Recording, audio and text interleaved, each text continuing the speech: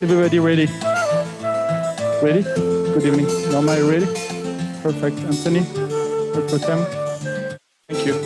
Dave.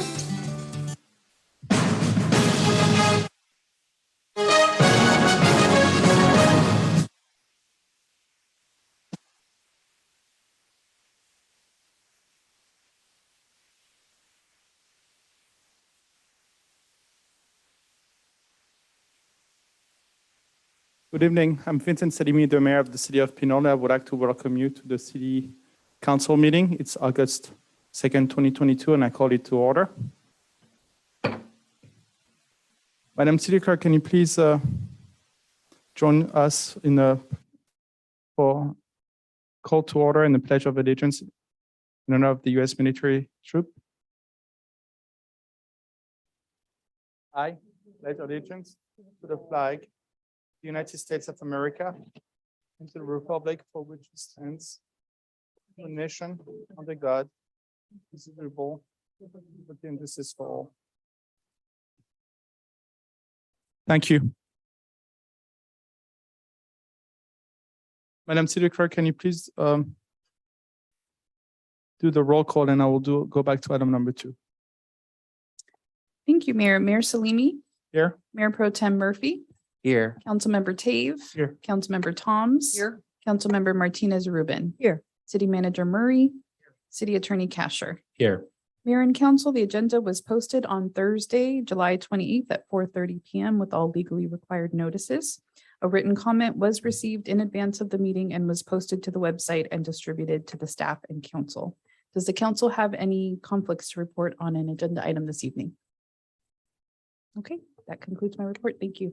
Thank you. I will go back to item number 2, which is the land acknowledgement. Before we begin, we would like to acknowledge the Ohlone people who are the traditional custodian of this land.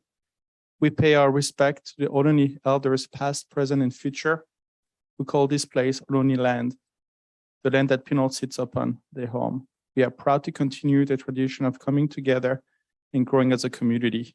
We thank the Ohlone community for their stewardship and support, and we look forward to strengthening our ties as we continue our relationship of mutual respect and understanding. Item number 4, convening to a closed session. We do not have any item in a closed session tonight. I will then move on to item number 5, which does not apply. Item number 6, which is citizen to be heard. Madam City Clerk, would you mind please reading the statement of limitation related to the time limits? Sure. Thank you, Mayor. Citizens may speak under any item not listed on the agenda. The time limit is 3 minutes and is subject to modification by the mayor. Individuals may not share or offer time to another speaker pursuant to provisions of the Brown Act. No action may be taken on a matter unless it is listed on the agenda or unless certain emergency or special circumstances exist. The City Council may direct staff to investigate and/or schedule certain matters for consideration at a future council meeting.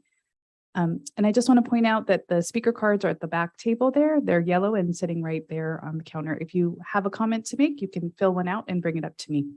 Thank you. Thank you. I would like to welcome you here tonight. Thank you for joining us. Madam City Clerk, do we have any public comments? How many do we have over Zoom and how many do we have in public, please? Yes, we have quite a few in person. So far in person, I think we have about 8, and Looks like we have one on Zoom. Perfect. We will start with the person on Zoom and we'll come back to the people in public, please. If you don't mind stating your name, city of residence, and subject of conversation, please.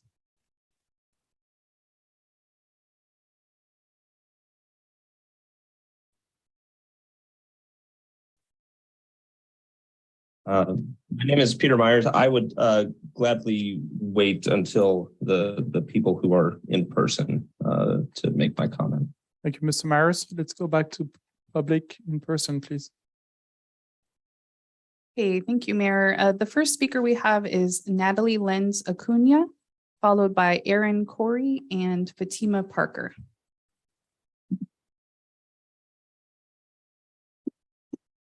Excuse me, the podium's right behind. Thank you. When you go to the podium, please state your name again. I would appreciate it. Thank you. Good evening, ma'am. Thank you very much. My name is Natalie Lenz Acuna, and I've been the principal of St. Joseph's School for the past 3 years. I'm here for 2 reasons. The first is to represent the school and parish communities and my colleague Carol, who cannot be at this meeting to speak on her own behalf. 2 weeks ago today, around 3 p.m., She was brutally hit while crossing the street in the crosswalk at Tennant and Pear Streets. She passed away on Thursday from severe head injuries.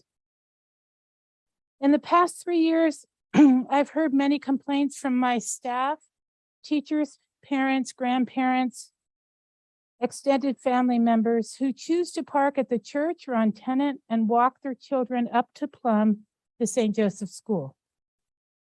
Many teachers, parents have come up to me before school begins to tell me that I almost got hit this morning. Do people not see us in the crosswalk, or do they not care? I've seen how fast people drive down Tennant from San Pablo Avenue as I patiently wait to turn left onto Plum Street to park for the day. Our community, kindergarten through 8th grade students, over 300 of them, plus staff, go to church on Fridays. We walk to and from the school to church. Adults enter the crosswalk and stand in the middle holding up stop signs so our students can cross. If there's a lull in the line, however, drivers will speed up past the adult holding the stop sign so they don't have to wait and get to where they're going. Heaven forbid they have to wait another 30 seconds. I'm not here to say that I want you to make people follow rules or do the right thing, but I know if we work together, we can better the community's safety and make a safer community. I hope that you will consider making a change, whether it's putting a stop sign in or light at the corners of these frequently traveled crossings, light up the crosswalk when someone wants to cross. I'm not quite sure what needs to be done, but something has to be done. Carol was my colleague and my friend. She mentored me and loved a life of faith. I hope that Carol's spirit will help guide you to make these changes and to make Pinole a safer and better place. If I can use the remaining time to bow our heads in silence for Carol's memory.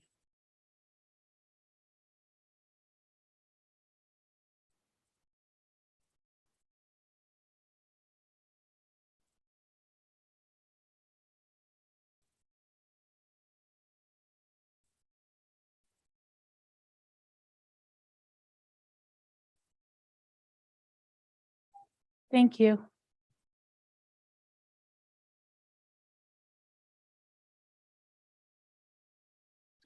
The next speaker is Aaron Corey.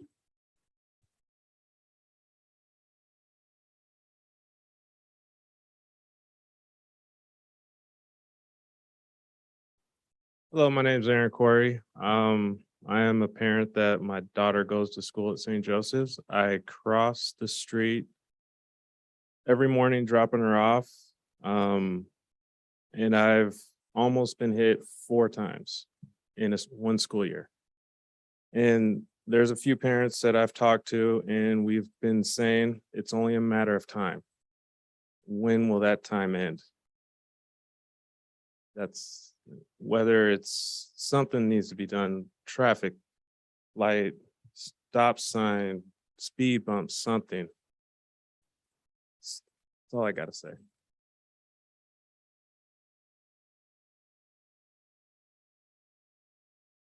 Fatima Parker, followed by Kate Gums and Rich Gill.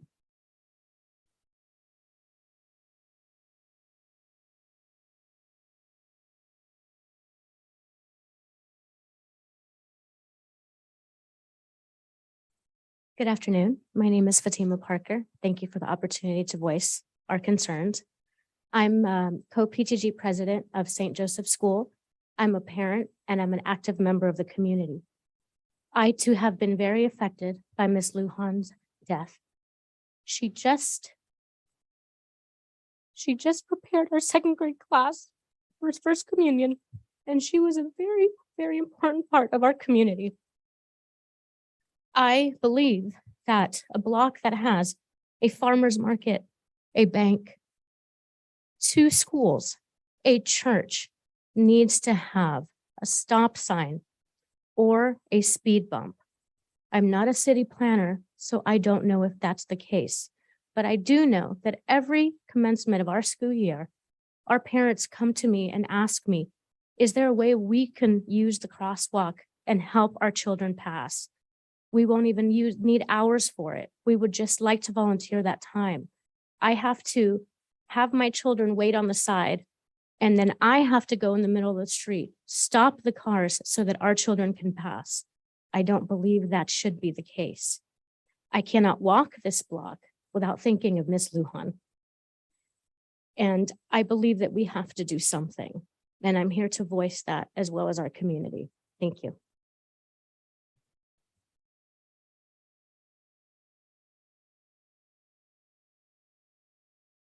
So Kate Gumbs, followed by Rich Gill, please.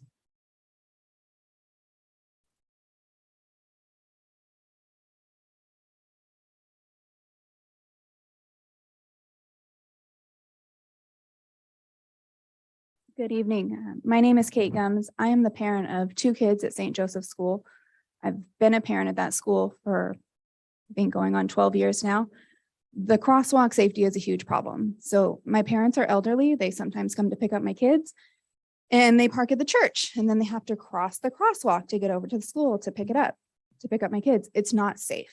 They literally, just like Fatima was saying, they literally will walk out after they get my kids, leave them on the sidewalk, walk out to make sure, nobody's there, wave their hands, and then cross with my kids.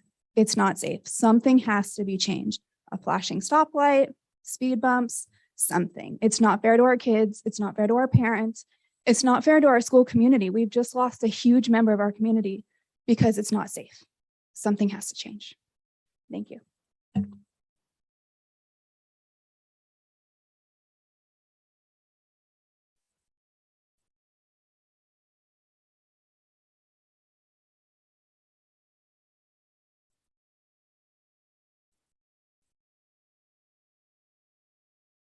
Hello, Mayor, City Council. My name is Richard Gill.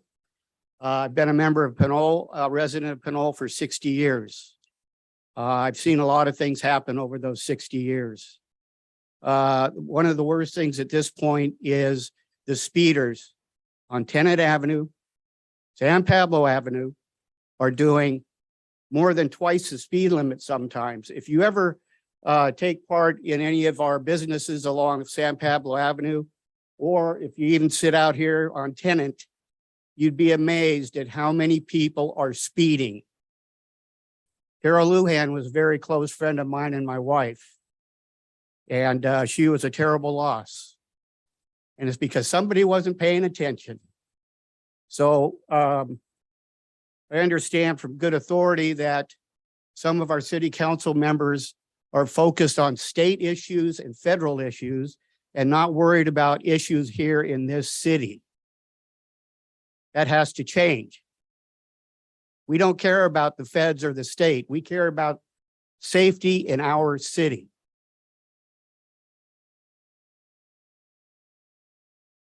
So I would recommend or demand that every block from Pinole Valley Road down here to the stop sign at the stoplight on San Pablo Avenue, there be stop signs, 4-way stops on every block. Painted crosswalks, painted signs saying that there is a stop sign. This has to stop. Obviously, we don't have the police department to be able to take care of traffic, but it's entirely up to our city council to make this happen. It's crazy. People are crazy. They don't drive like they used to. You see it everywhere you go. Freeway, out here, Tennant, everywhere you go. Something has to be done, not tomorrow, not a year from now. Something needs to be done right now. You have a fire station right there on Tennant, an emergency station. And people are ripping through here at 50 miles an hour sometimes. Nothing happens to them. If you get a $300 speeding ticket, you know what else is going to happen? Your insurance is probably going to go up $300. So maybe getting into people's pockets may change them. This has to happen. I don't know what else to tell you. I've complained about this over the last couple of years. And I really feel that It's a very serious problem. Thank you very much. The next speakers are Cameron Sasai, Marissa Frias, and Damari. I have a card with two names, Damari Epps and Fiona Epps. You can speak separately for 3 minutes apiece or together for 3 minutes. Thank you. First, want to thank everybody for showing up today, organizing and speaking up, all of you who are close to Carroll or newer in some way. Good evening, Mayor and City Council. My name is Cameron Sasai, and I'm a proud lifelong resident of Pinole.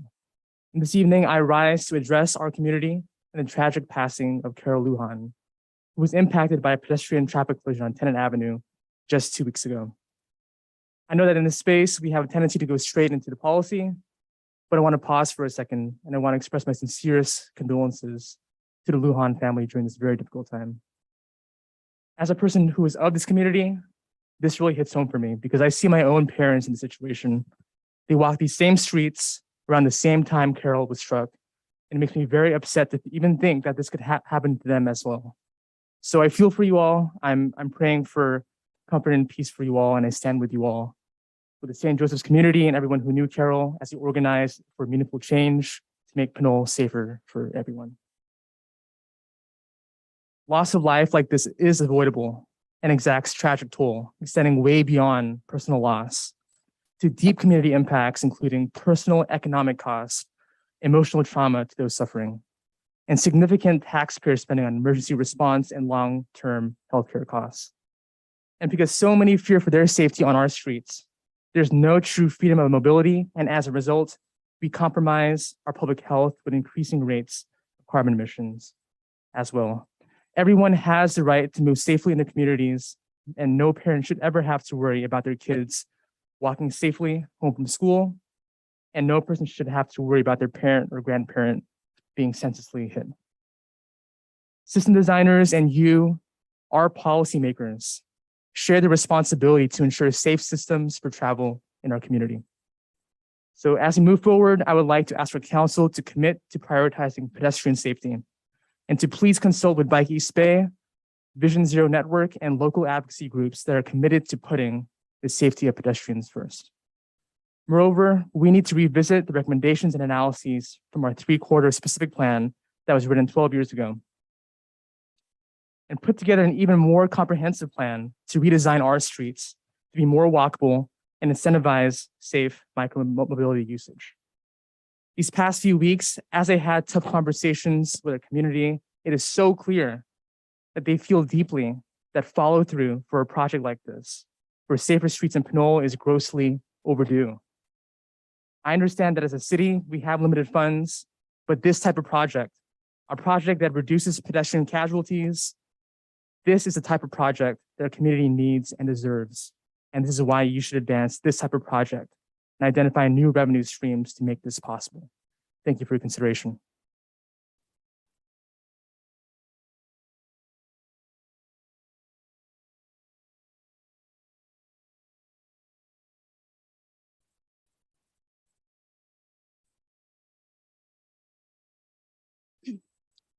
Good evening. Good evening, Mr. Mayor, City Council members, and staff. My name is Marissa Frias, and I am a member of the community. I am also a mother of 3 who attend St. Joseph's School. And I wasn't sure if I was going to speak today, but I feel like it's my responsibility to come here and express some of the concerns that I have conversations with my daughters. My daughters are 10, 8, and 5 years old. And on many occasions, we park at the church. We also attend the church, and we have to cross. I only have 2 hands, and I have 3 children. It has been a challenge at times crossing my 3 daughters safely across the street. I get really upset with them when they're not focused on the road because it's one of my deepest concerns, their safety. And I'm not sure what the answers are either. However, this has been something very traumatic. My daughter was one of Ms. Lujan's students through her catechism and just completed her first Holy Communion. She's aware of what happened. And not only are my daughters currently traumatized, because of the pandemic, COVID, wearing masks, school shootings. This is something else that they have to burden. And it's our responsibility as adults to care for them. And I just come to you today to see what can be done about these issues. I work in Pleasant Hill, and in Pleasant Hill, I'm very aware of the pedestrian safety and all that they have there. And I hope that our community also values our safety and is able to do something to keep us safe here as well. Thank you so much.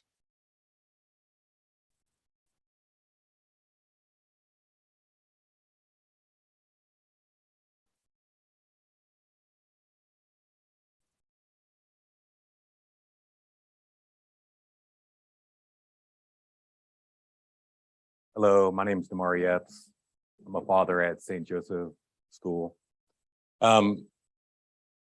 This won't be as eloquent as some of the other speakers here, but I wanted to come out and to speak a little bit about my experience crossing. But first and foremost, it's definitely a tragedy that we lost someone. But to be honest, it was inevitable. I saw this coming for quite some time. I often speak to the other fathers literally on a daily basis. And we say, hey, somebody's gonna get hit here. I have 3 kids, a 17, an 11, and a 5-year-old. I walk my 2 sons to school every day. And often you literally have to get a quarter of the way into the crosswalk before somebody sees you. And that's 4 cars passing by. You have to get the eye contact, hopefully, then maybe they'll stop. Literally every day this happens. It's a sad occurrence that we have to come here to actually really speak to these issues of car speeding. You know, when I look at Pinole, I always think of we really have 3 highways. We have 80, Tennant, and Pinole Valley. That cars are speeding by. One by my house, one by the school. And to be honest, I don't even think there's a school crossing now that I think about it. I mean, we could at least do that, a sign. So, I mean, every day this happens, we need change.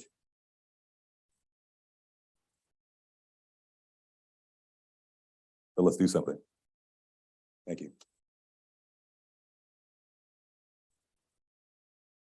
So I am married to Damari Epps. We've been residents here in this community for 9 years. Greetings, Mayor and City Council, and thank you for giving us this opportunity to come here tonight. But I just want to speak on behalf of other parents who are not able to come tonight, who share the sentiment of this, of our, a loss of a dear community member. And, I share the same views as my husband that, I mean, we saw this coming. It's horribly unfortunate that it had to result in a loss of somebody for people to hold this meeting and come together. But I feel that this is a tremendous opportunity for us to really emphasize. I just want to emphasize the importance that we need to take immediate action. School starts in a couple of weeks. We have been concerned about this for many, many years. When my children go out in the neighborhood to go to the park or walk the dogs, I make a point to tell them to avoid this area of the streets and the intersection because it is so dangerous. And I just fear for the most unimaginable, thing to happen. But I'm just speaking from the heart to all of you here tonight, that I really hope that something will change, that action will be taken, sooner than later. There are children, there are community members, as Fatima said, there's church, there's the city hall is here. I mean, there's just so much business and pedestrian traffic that's taking place here, and the cars are going by way too fast. And I don't know what the solution might be, but I know that there are solutions out there. So thank you. And that's all I wanted to say. Next speakers are Sela Keatons, Alicia Oliver, and Rafael Menes.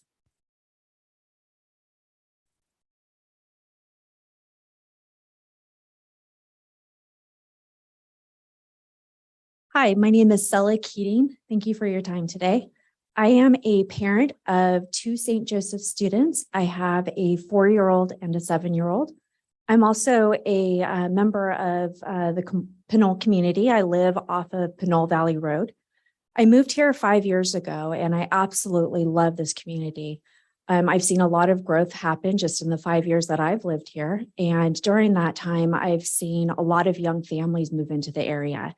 As a parent, I'm so excited for this change, and I'm really excited for what community will grow into with these new families. As a parent, I'm very worried and concerned about my kids' safety. I do live across from Pinole Valley Park, and I hate crossing the street to go to that park. It is scary. Cars are flying by. Another parent mentioned that it's often used as a freeway, and I completely agree. It is how people get off of 80 to go down to Orinda or anything else on Contra Costa side over there. And a couple weeks ago, there was actually someone who decided to spin donuts out on Pinole Valley Road. And it happened at 8:30 p.m. There was people walking their dogs, which is very common. There was kids getting out of soccer practice, which is very common. It is not safe. As a parent taking my child to school every morning, I have the same thing where I've got the death grip on both children and I'm yelling at them to stay with me. I'm scared, and I don't like that that's how we start our morning. It can be avoided. I think that there's plenty of options that we can do. I'm sure that collectively we can come up with something great. I think that people are distracted with phones. It's unfortunate that, technology plays such a part in our lives from the moment we wake up till the moment we go to bed. I don't know if flashing lights is the option. I feel like speed bumps might be better. But I think anything that we do is going to be better than what we have. And I'm here today on behalf of my family, St. Joseph's, my neighbors. Please do something to keep us safe. Let's keep growing Pinole into what it's becoming. I think we have such a tremendous future. And I really want the safety of our children to be a big part of that. Thank you.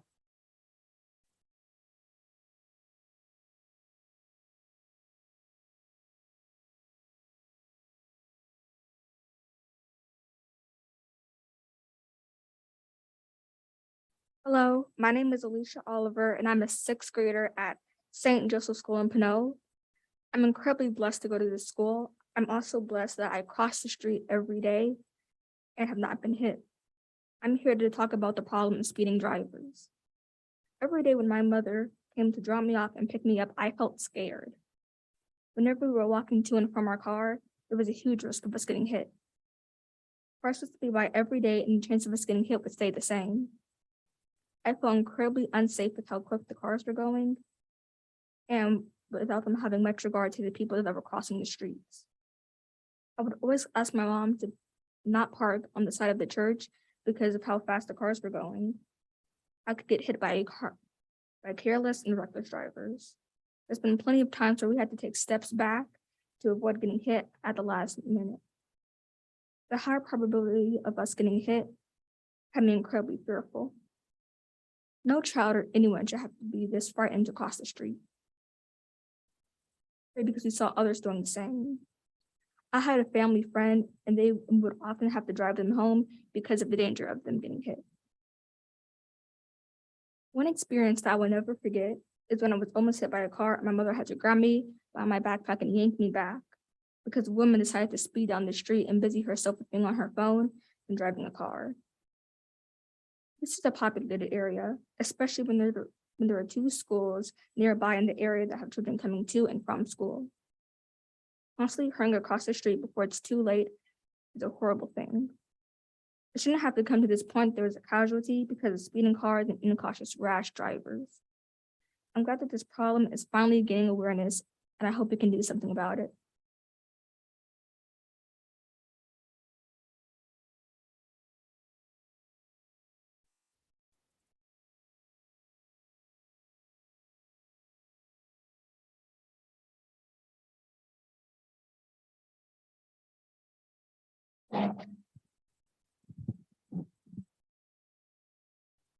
Greetings, Mayor, Council, staff, and members of the public, both here and elsewhere. I'll have some words to say about Ms. Lujan's passing and Tennant Street, but I think I should start with my usual comments, unfortunately, about the continued spread of COVID-19 within the city of Pinole. As of today, the case rate of the last 14 days per 100,000 for the city of Pinole is 635 exactly.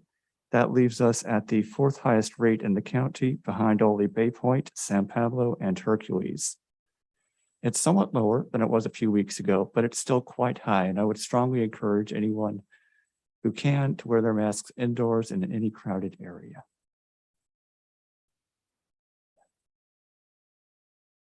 I'd also like to express my condolences to Ms. Lujan's family and to her community at St. Joseph's, who've spoken so eloquently today about their loss and about the fears they have to face every day, bringing themselves and their children across a simple intersection just to get to school.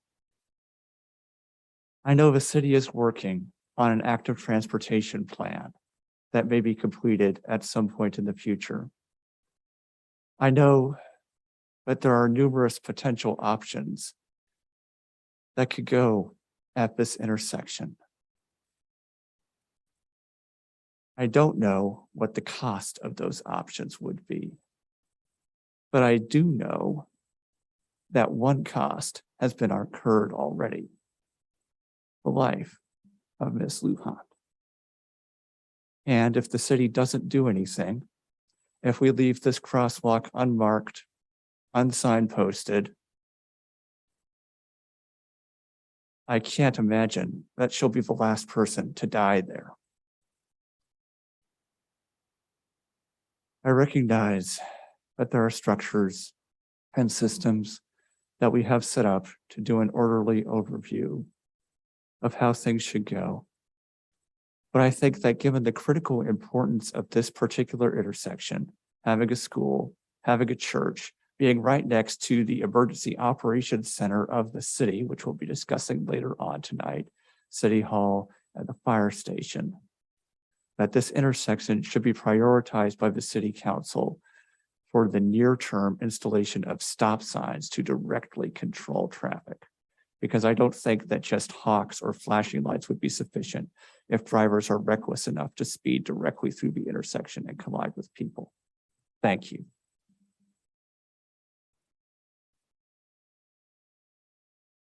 Mayor, I believe that concludes our in-person speakers.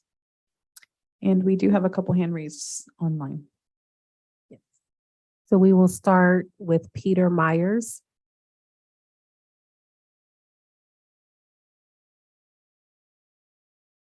Thank you.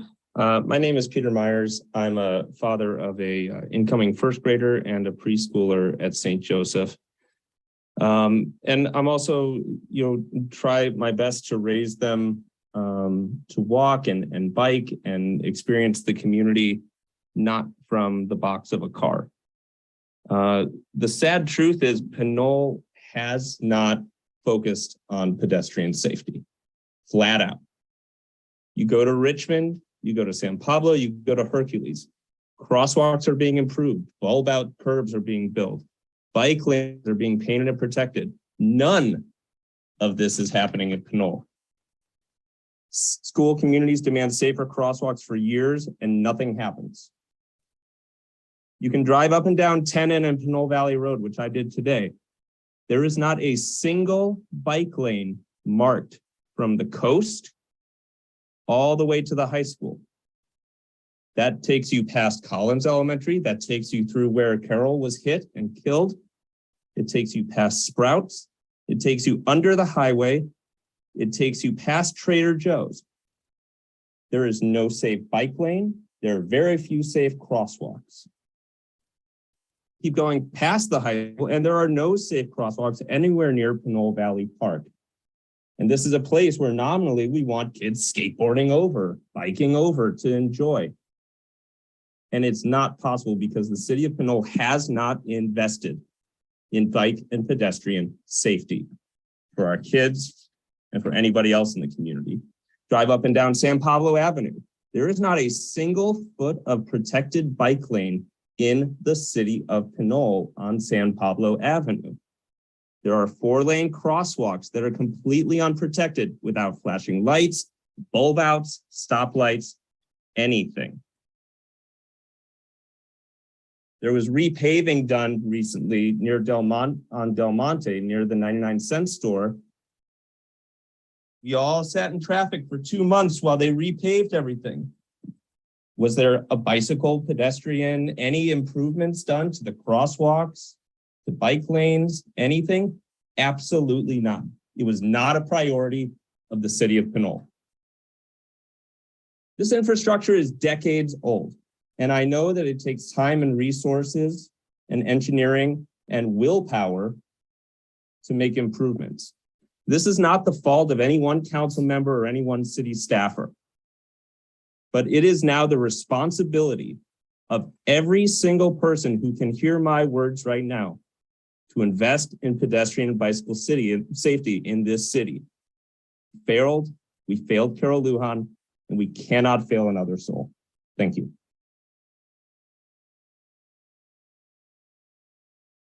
Robert Prinz.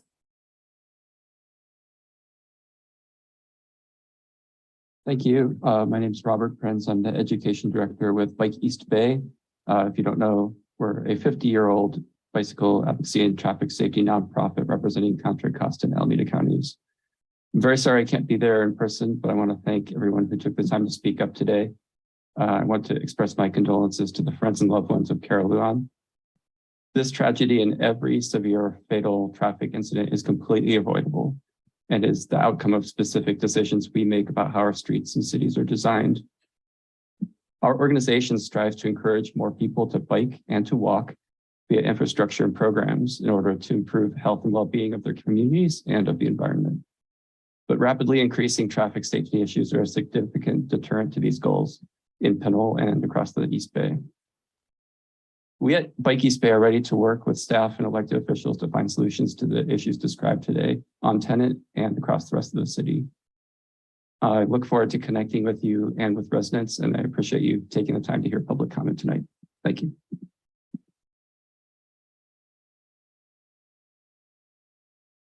Mayor, there are no more public comments. Thank you, Madam City Clerk. Thank you for all of you. Thank you for coming here. And I'm very sorry I lost my grandfather when I was 2 years old. Got run over by a car in front of me. And it is something I still remember. Almost 39 years ago.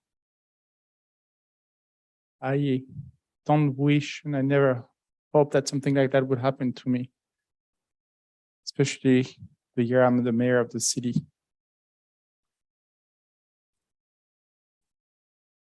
No matter what we do, Carol will not be back, but we can improve the situation. I would like to express my condolences to Ms. Lujan's family and the St. Joseph community as well. When I became the mayor last December, I worked with the city manager as my #1 priority to make pedestrian safety and school safety a priority. I had meetings with him since the month of February. We discussed about the safety. And we also implemented something we have never done for the last 15 years, the emergency plan that we'll be discussing tonight. No matter what I say, no matter what I do, Carol is gone, and we also lost somebody very important in the community. It's not time to justify what could have been done, but it's time to just gather together, take a breath, and try to see how we can make this community a better place. And it's not time to justify what we have done and what we could have done, but it's time for us to move forward and try to make this place a safer place. I know, Principal, you took a moment of silence, but I would like to invite the entire community here in this room to please stand up for 1 minute and observe another moment of silence for Carol, please.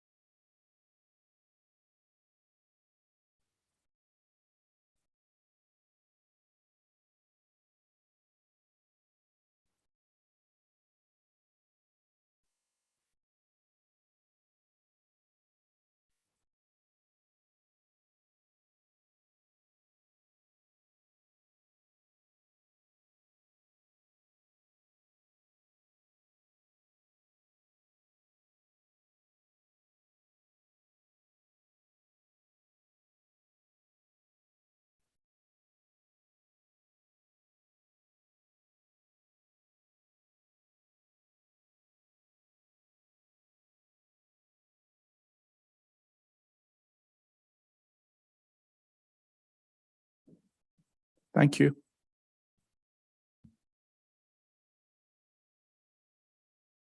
I'm going to tell you that I heard you, Natalie. I heard you, Aaron. I heard you, Fatima, Kate, Richard, Cameron, Melissa, Demary and his wife, Sela, Alisa, Raphael, Peter, and Robert. I heard you. And many of the members of the community that have signed that petition that I've seen online, almost 1,300 people sign it. Before I move forward, I would like to give the opportunity to our city manager, Andre Murray, to provide some information to the community. Please go ahead. Sure. Thank you, Mayor Salimi. And as I've expressed to you, and I think we've expressed to the community, we're the City Hall team and city staff were really shocked and of course saddened by the incident a couple weeks ago. Like you, very sad that it's taken an incident like this to crystallize attention on this issue. The city, including the city council, has taken a lot of steps towards advancing transportation safety, including providing funding for the first time to create an active transportation plan and funding for a local road safety plan. But as the mayor and others have said, that's not going to do anything to bring Carol back. And we, of course, always want to hear from our residents, things that we can do to make the city a better place to live and raise families and be in community. We are going to take a special look at this corridor of Tenant in particular to see if there are new interventions we can put in place. I've reached out to the principal to find out if she'd be willing to serve as our main point of contact with the St. Joseph's community to help us brainstorm ideas, assess their effectiveness and implement solutions. And thank you, Natalie, for agreeing to be my counterpoint in getting that process started. So, all of our condolences to the Lujan family and her community. And we're looking forward to working with you to try and improve the situation. Thank you. I would like to, I believe that's the same sentiment from any other council members. I don't know if anybody would like to add something at this moment. Let's go ahead. Thank you. My condolences to everyone in the room and everyone in the audience who's affected by the death of a community member. Whether you had direct contact or learning from Carol or otherwise, the fact that someone is no longer with us, of course, is very sad. Unfortunately, we don't hear, at least what in the time that I have been on the council, it takes such a tragedy to draw people together. And I would like to echo whoever it was who said, we don't have to wait for such a tragedy to come and talk and have a conversation with the people who, along with you, would like to find better sense of improvement about safety in the community. We don't have the answers either.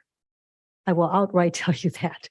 Staff does not have the answers either. And I thank you for recognizing that not only has it been a loss of life, but it's also been a show of the fact that some people just don't care.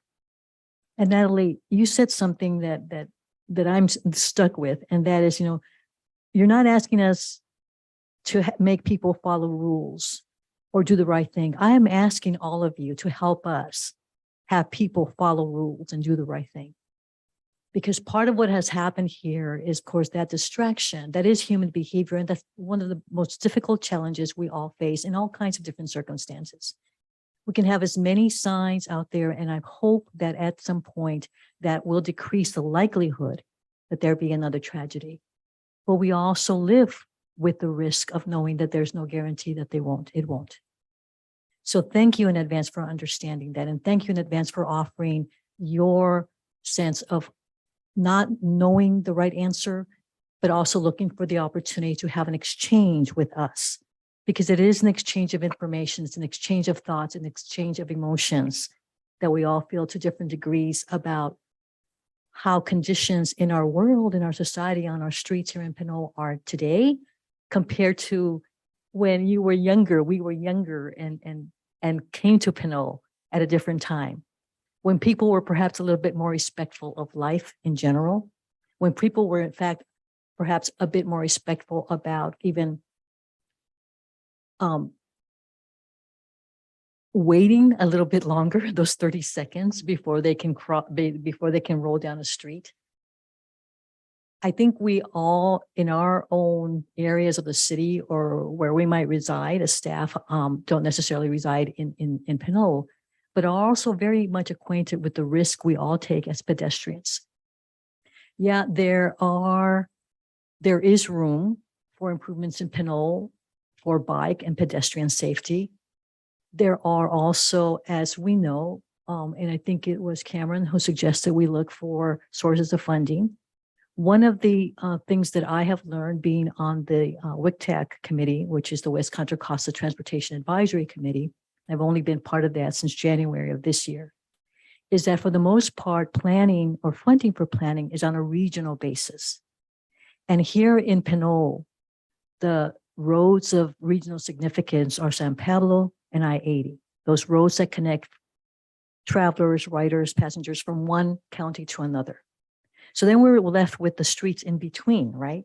The tenants, the Pinole Valley Road, etc. So it is going to take more than just tomorrow, more than 3 months, more than 6 months to see the changes that we would like to be long-term, better conditions on our streets to decrease the likelihood that there be another tragedy. I thank you for coming tonight and speaking and letting us know how you feel about this particular matter. It hurts, right? So please stay with us and continue inviting other parents, other neighbors to also recognize that it takes all of us, not only here on council at the dais, but in the schools and in the community, on the streets, the vigilance and the ongoing intolerance of speedsters and disrespect of life and all those kinds of behaviors that unfortunately contribute to the tragedies that we have all witnessed or been part of and have been affected. And I don't want to dismiss that aspect of it either. I also realize that anger or frustration or upset that you have expressed is rightfully expressed, and that there will be waves of that kind of expression as well as waves of motivation to do more to improve our streets. And in advance, I thank you, because all of us will feel this in different ways at different times. We're not all always on the same wavelength, if you will, but we all do feel when there is a loss of life. We all do feel and recognize that there could be improvements. At the same time, we are one aspect of how people live and behave here in Pinole. And as you know, when I am at St. Joseph's Church, for example, and I turn to the pews, many of the people are not from Pinole. They're from our neighboring cities. So for all of those people who signed or clicked on, yes, I signed a petition, that's important because we also have people outside of Pinole who are affected by this. And I hope that as many continue to get involved and continue to agree to also help us fund the kinds of interventions or changes to mitigate the likelihood that there would be another tragedy. Again, without any guarantees that there won't be, but to decrease the likelihood that there might be another tragedy. Thank you for listening to this. And if we should see each other on the street, I walk my dog. I'm a pedestrian too. And I know that increasingly over the years, not only in Pinole, but elsewhere, that I've had to be that much more attentive, being on the defensive. We learn about being defensive drivers. We've become defensive pedestrians. I'd like to see at some point, some year in Pinole, if in other cities there have been decreases in pedestrian tragedies or accidents or near fatalities or fatalities, how well that has worked, and if we can import some of that here in Pinole. I also know that it takes a great deal of effort.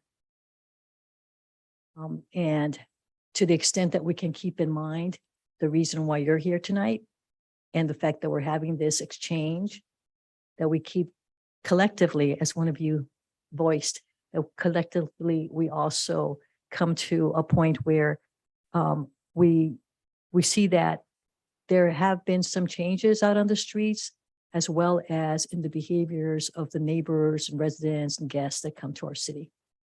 That's going to take a whole lot of effort, and teachers, my hat's off to you, because we know that, and the parents, who instill the respect of life, respect for life, in all its different forms here in our community. Thank you.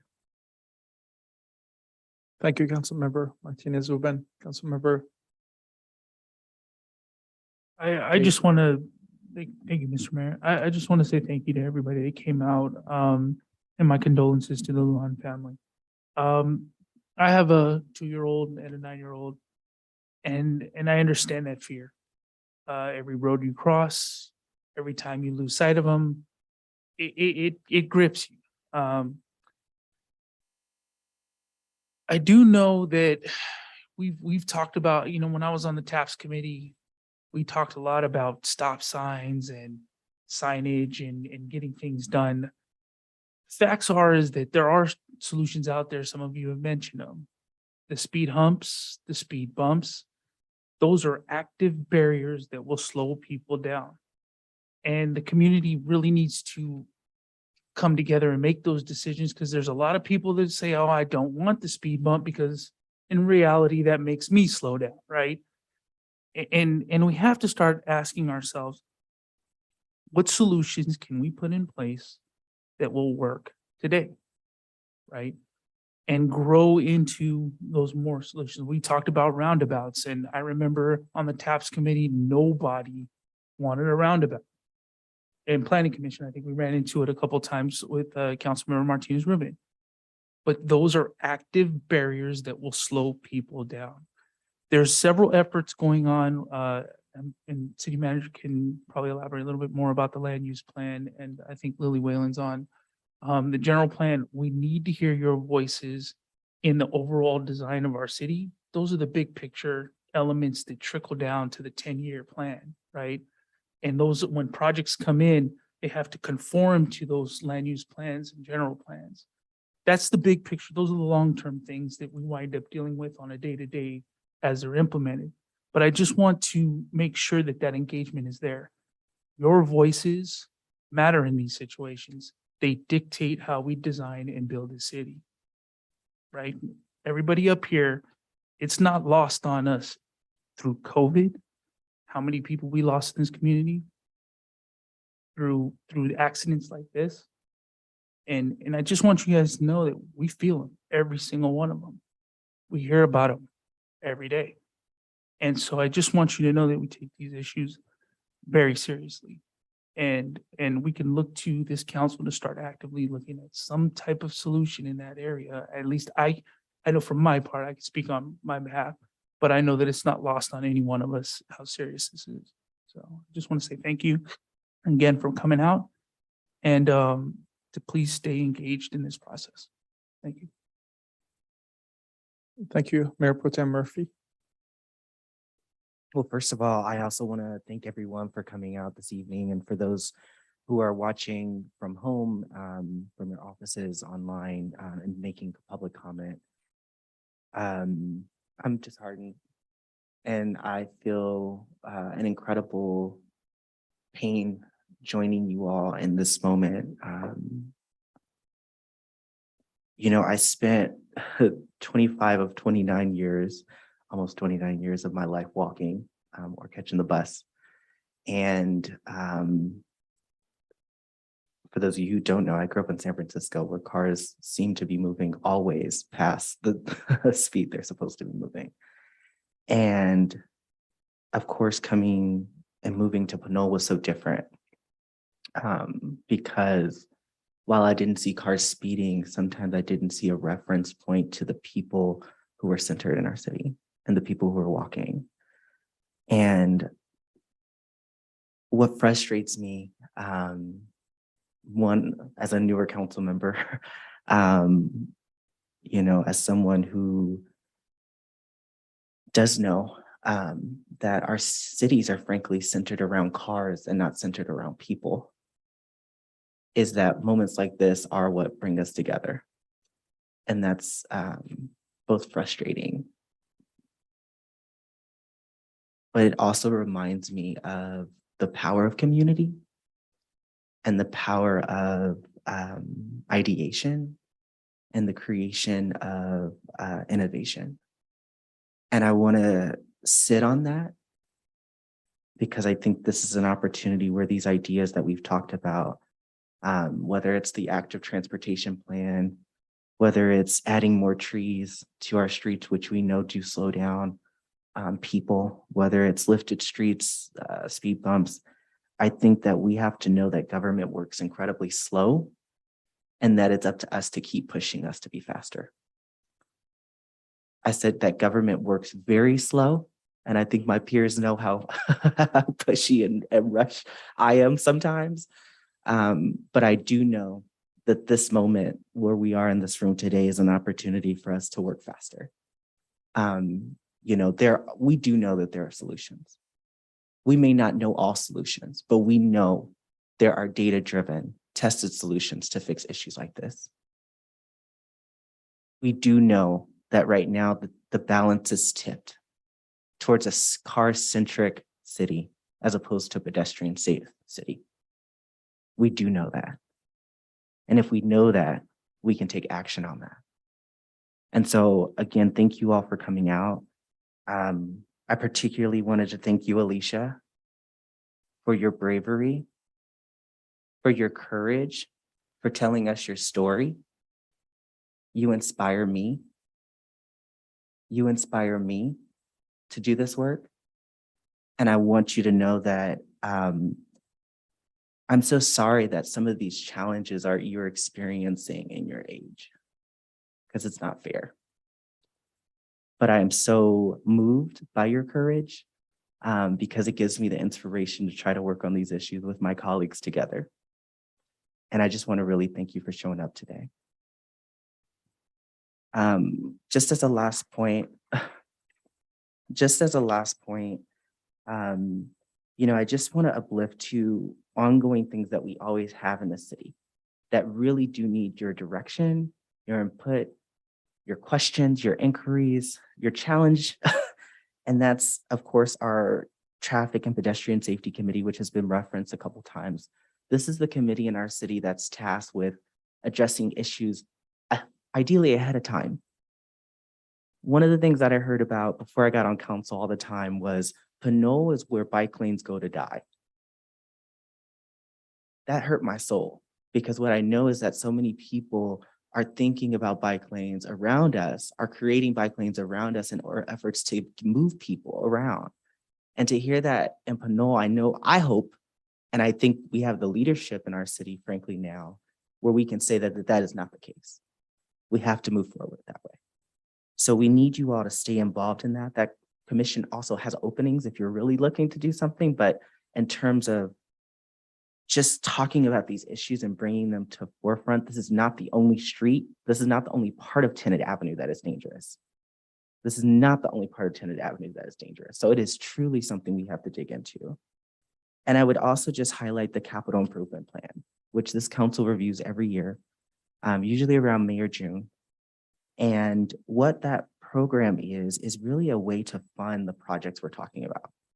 So whether it's adding new projects, deciding how these different pots of funding go to a certain project, we've seen that the capital improvement plan has made real change in different neighbors' lives, whether it's adding a speed bump, whether it's, repaving a street, whether it's making a roundabout, whether it's righting the wrongs of our past of bad decisions that we've made, right? This is an opportunity for us to kind of look to the city on what we see as public buildings, public streets, and adding that. Like I said, government works slow. Miss Carol's life at this point is gone.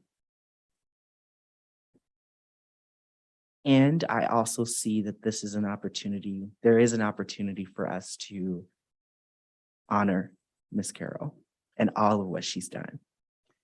And I know her spirit's here with us right now. So I just, again, want to thank you all so much. You have put me to work more. Hope my council members are okay with that. But you have created more urgency in my heart. You have certainly said what you said and put it on record, which is one of the most important parts about this process, is making sure we know that this is happening, making sure we know what people need. And our work is absolutely just getting started. So thank you again, and thank you for being here. Thank you, Mayor Pro Tem Murphy. Councilmember Thomas, good evening. Yes, thank you. I'll just be brief. I want to thank the St. Joseph's community for coming out and honoring Carol Lujan in this way. If there's any way that you can remember her, it's making things better for the rest of the community and avoid the tragedy that took her life. Couple of things that I wanted to point out is that we are working on a local road safety plan. We took a lot of information in earlier this year on problem intersections, and that's being gathered. That information is being put together. And I know that the trouble that, the incident that happened a couple of weeks ago and the testimony that you folks have provided regarding the crosswalks at Tenet and Pear and Tenet and Plum will be folded in to that local road safety plan. And I would hope that our staff can alert Natalie when that comes to either TAPS or the council, whichever path it comes to. And also note that Councilmember Murphy did mention the Traffic and Pedestrian Safety Committee. Their next meeting is August 10th. I don't know if this particular item is going to be agendized, but they do have public comment just like we have here at the council. So please continue your advocacy in Carol's name. Thank you. Thank you, Madam. That concludes the public section of our comments. I will would like to adjourn the meeting for 10 minutes and we'll resume back. Thank you.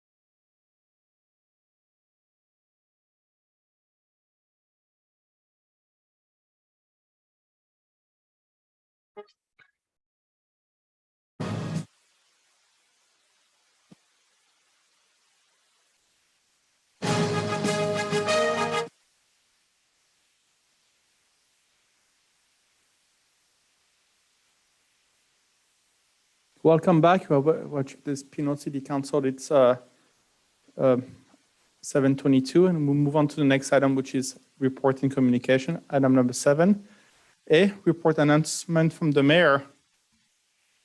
So I would like to thank you very much for the trust that you placed in me for the last 4 years. It has been a great pleasure to serve you as a city council member and then as a mayor. And that really helped with the work of everybody here in this room and city staff. We really helped to move forward and make Pinole a better place. I'm also very proud of the accomplishment that we have achieved with my council members and with the city staff, which for the last 3 years, which included, first of all, working all together to unify this city. After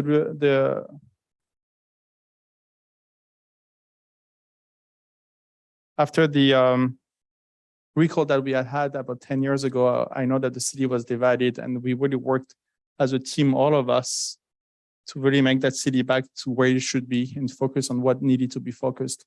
And we are all working as a group with the city staff and the county to forget about our past and make our future a better place. We, first of all, increased the hours of the library, which was one of our priority. We also help supporting our small businesses community. We increased the budget of the public safety in our city. We are working on something that was not thinkable 4 years ago, but I'm very proud that all of us worked together as a group to reopen Station 74. We also moved forward with the sale of the city-owned properties that were left for many years in downtown. More is to come. We also increased staff to address the needs for services. That was extremely important after what happened after the Great Recession. Staff and City Manager Murray, thank you. You understood the need that we needed to increase and hire new people. We also helped the renovation of the Farrer's house, an item that was also on hold for many years. We together, as I've said many times, as a council and our staff worked on accomplishing what was on hold for the last 10 to 20 years. As Councilmember Tev used to call it, those were 10-year problems that could have been solved in a year or two. And we as a council and as the staff, we are very proud to be able to move it forward and have solved those issues that have been around for the last 10, 15 years and make it a reality. I have accomplished personally everything that I promised you 4 years ago. Tonight, I announce that I will not be seeking for a re-election in November. This is my last 4 months as your council member and mayor, and I would like to give you the opportunity to everybody who worked with me. It was the most fulfilling moment of my life. Coming from where I came from, I was not predestined to become a mayor of the American city. I was most likely to walk into a city hall as a tourist than as a mayor. But what has happened in Pinole really shows to the rest of the county and the world how open-minded the people of Pinole and the citizens of Pinole are. And thank you. I would like to thank all of you, City Manager Murray, City Attorney Kasher, Chief of Police. Thank you. Our chief and every single staff member that I worked with, Heather, Councilmember Martinez-Uben, Councilmember Tev, Mayor Pro Tem Murphy, Councilmember Tev, Toms, and everybody in the background. I would like to thank you again. That concludes my mayor's comment. I would then move on to item number 7B, which is mayoral and council appointment. I do not have any to report or any item on that subject tonight. Item number 7C, City Council Committee Report and Communication. That will start with you, Councilmember Thomas. Please go ahead. We have no reports tonight. Thank you. Thank you. Mayor Pro Tem Murphy, No reports. Thank you, Mayor. Councilmember Cave, No reports. Thank you. Councilmember Martinez Ruben, Yes, thank you, Mayor Salimi. The West Contra Costa Transportation Advisory Committee met on July, I believe it was July 22nd. It was it was a Friday morning. I remember that. And there were a couple of things that were on consent calendar. The board agreed to continue teleconference meetings and also approved the staff's recommendation to allocate funds to 4 of 5 paratransit operators, including Westcat. So that speaks well and expect that kind of service continuing for our seniors and otherwise physically disabled persons in Pinole and in the local area to be able to have that paratransit service from Westcat. On the regular agenda, as regular agenda items, a couple of things to note is that the WICTAC board approved the allocation of funds to adjust program guidelines to increase the low-income student bus pass program from only being available previously to qualified high school students and now to include middle school students within the West Contra Costa Unified School District. There had been some fund savings given the decrease in ridership given COVID. So those funds were examined by staff and recommendation was to consider their use among eligible students in the middle school. So that's a good thing. There matter that we heard by consultant and staff was an update on the West County Action Plan. And the West County Action Plan is one of the many plans that WICTAC has undertaken to respond to the population growth in the area and to address cumulative impacts in the region and to create traffic service objectives that speak to matters beyond just vehicle ridership, but as well the kinds of objectives that might offer alternatives to vehicle travel, such as bikes and alternative means of transportation. I had mentioned earlier during the meeting that the plan pretty much relies on regional planning, regional transportation objectives. So there remains still for us locally the challenge of integrating what we consider needs in Pinole to somehow fit in with those regional plans to the extent that we can, namely to make some sort of connection in justifying, for example, for those resources that would be funds that would be available to us, that somehow what we propose to do locally in Pinole also helps the regional, the routes of regional significance, such as San Pablo Avenue and I-80. We also received an information report about the State Route 4 Corridor Vision Project. And as the Contra Costa Transportation Authority goes, their staff have over several years been approving and conducting a number of different studies. This particular vision project brings together the findings from all those studies to see how comprehensively there might be improvements on State Route 4. So those are some of the things that we heard as board members, and we'll continue to be obtaining updates on that and I'll report back accordingly. Thank you. thank you, council member. Let's move on to the next item, which is item number 7D, council request for future agenda item. Council member Martinez Ruben, would you like to start, please? Thank you. Actually, it's kind of a reverse request. It's a request to take off the agenda items, a couple of items that have already been addressed or in process. One of them is I had requested that there be discussion about a health element to the general plan. I believe our consultants are now integrating the health and updating the health and safety element, so that should suffice. At the time, I thought that there might be conversation about whether we could have a standalone element or an integrated piece, as long as matters related to health are in the plan somewhere, somehow, that should suffice. And then there was one other piece agenda item that had requested, and that was for staff to bring back to us a report on what the West Contra Costa Unified School District would be planning as major events in Pinole that might affect traffic congestion and maybe other unanticipated consequences in the area. And what triggered that was earlier in the year in April, there were some free COVID test kits distributed at Pinole High School that caused commotion and congestion on a weekend date, if I recall correctly. I think, and City Manager Murray maybe can just give us a very simple update as to the conversation that has been had, whether there are any planned events like that that might affect Pinole or not, but I think probably not, because that was a one-time kind of event. So no real agenda items to add, actually to either modify or just do away with, because they've been addressed. Thank you. So the first one was the health element. Do we need to remove anything, City Manager Murray?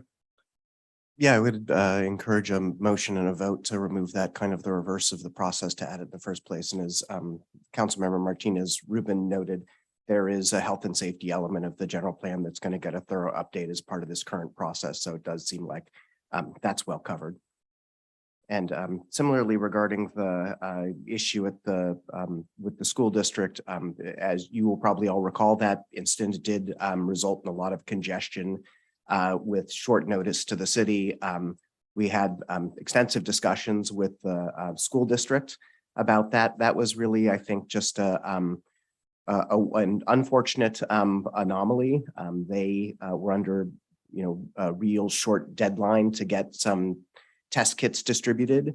I don't think they're anticipating any other major events like that. And I think there were a lot of lessons learned, and we've had dialogue about ways that the city could support them in doing the messaging and traffic control around those types of things. So I don't expect that doesn't feel like an ongoing issue from our perspective, but we're happy to do whatever the city council directs regarding that. So yes, if somebody would make a motion and vote on those two, removing those two things from the pending future agenda items list, we're happy to do whatever the council decides. Thanks. Okay, I'll move that two items previously requested to be agenda items be removed. One item being a health element, discussion of a health element for the general plan. And the second, the report back on conversation with the West Contra Costa Unified School District about planning large events in a 6-month period. I'll second. Roll call. Member Martinez Rubin. Yes. Councilmember Toms, Councilmember Tave, Yes. Mayor Pro Tem Murphy, Yes. Mayor Salimi. Yes. Motion carries. Thank you. Excellent. Thank you. That concludes your item, Councilmember Martinez Rubin. Yes, thank you. Thank you, ma'am. Councilmember Tave. Yeah, I'm just interested in seeing. I know that we're expecting the traffic and safety program, but after the testimony today, I'd just like to see a closer look at that intersection. I think the community and just seeing some type of solutions that we could envision in that area, along with some estimated costs, so that we can start to address that issue.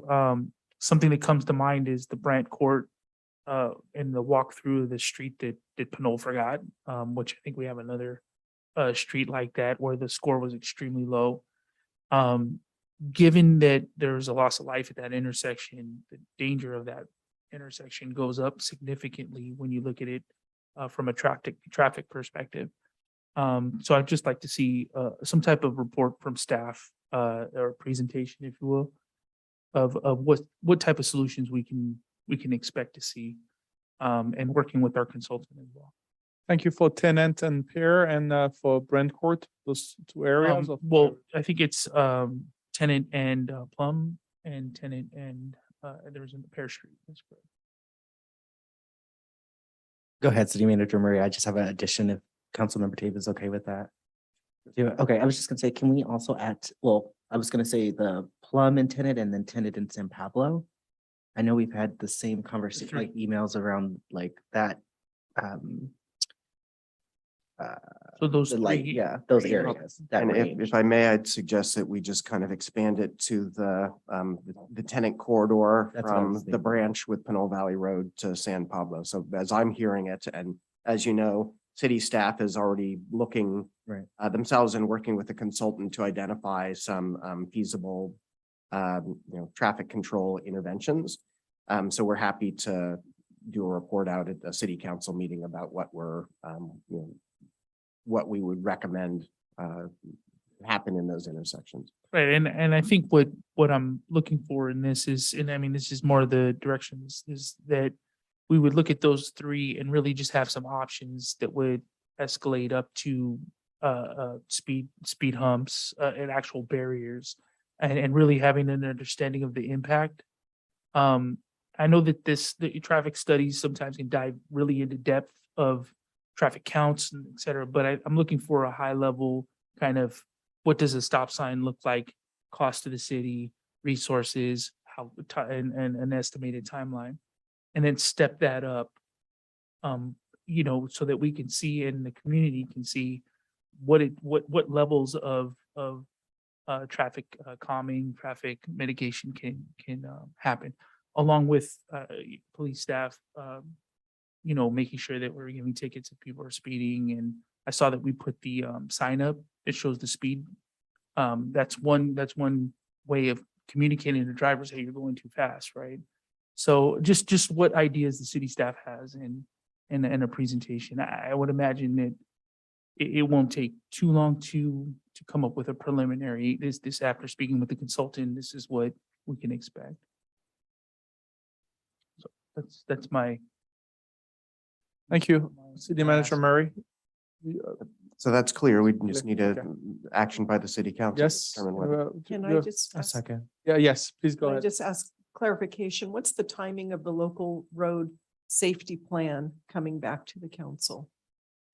It's still a couple months, and the local road safety plan is identifying the intersections of greatest concern. That's based on past incident data. It wouldn't incorporate anything recent. So I don't know off the top of my head whether the intersections that we're discussing tonight, Tenant, Pear, Plum, and others are even noted, highlighted as intersections of concern. Yes. I would hope, given that modifications can be made into their draft. Yeah, it follows a very standard methodology. There's nothing keeping us from working on interventions in other intersections that we know are areas of concern. So I guess I think of them as potentially two different Okay. discussions, and I fully understand the scope of what Councilmember Tate has recommended. So if you approve that item, yes, I understand what our marching orders are. Okay, thank you. I'm in favor. You're welcome. In favor, do we, Mayor Pro Tem? No, I'm in favor. I mean, yes, I'm in favor. Okay, I think everybody's in favor. Please go ahead, Councilmember Martinez. Yes, so here's the non-engineer perspective. If we can have answers to some of these questions that I gather is what the challenge is. Among the different alternatives or options that staff will report back on, which ones answer, how do we reduce speed? How do we discourage distracted drivers? How do we have drivers remain alert and attentive? So, I mean, there are, and some of those were discussed earlier this evening, there are Yes. specific interventions that take different approaches to resolving those different Yes. traffic safety elements. So, yes, we'll re-listen to and look at the minutes of this meeting to make sure that those questions are answered for each of the different alternatives to the extent possible. And I think just that the expectation, trying to set expectations of what the community would be seeing, right? And that's kind of what we're doing. And thank you. That's all I have, Mayor.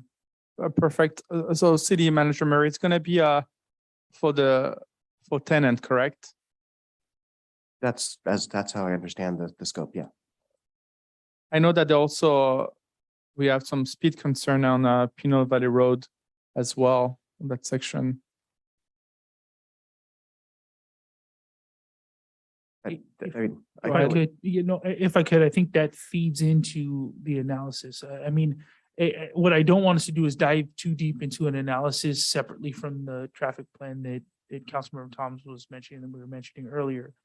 What happens usually in these analyses is that you know the speed going in, then you take the steps. Yes. Accordingly. So those three intersections where we're looking at San Pablo, Plum and Pear, Yes. we'll have a better understanding of what we could do and also what the resources it would take to do those measures. That's really what we're trying to capture so the community can see that, okay, there are steps here that we can take as a council and as a city and what those actions entail. And if we do estimated timelines, I think it'll give everybody a sense of, okay, this is what we have in front of us, and then further dialogue should come out of that. Okay, I hear Councilmember Tate. The reason why I say Pinole Valley Road, especially at the when people are leaving Castro Ranch Road and entering I the see. city, they are really speeding up, and I've received a few emails at that specific locations, you know. But if you want to limit it to a tenant, it's fine. We can later on revisit.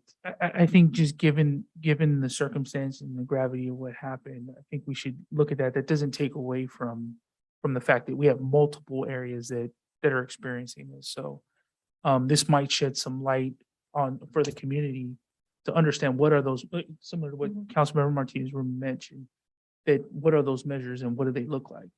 And then my thought is that the community will then be empowered to start. Yeah, okay, thinking no problem.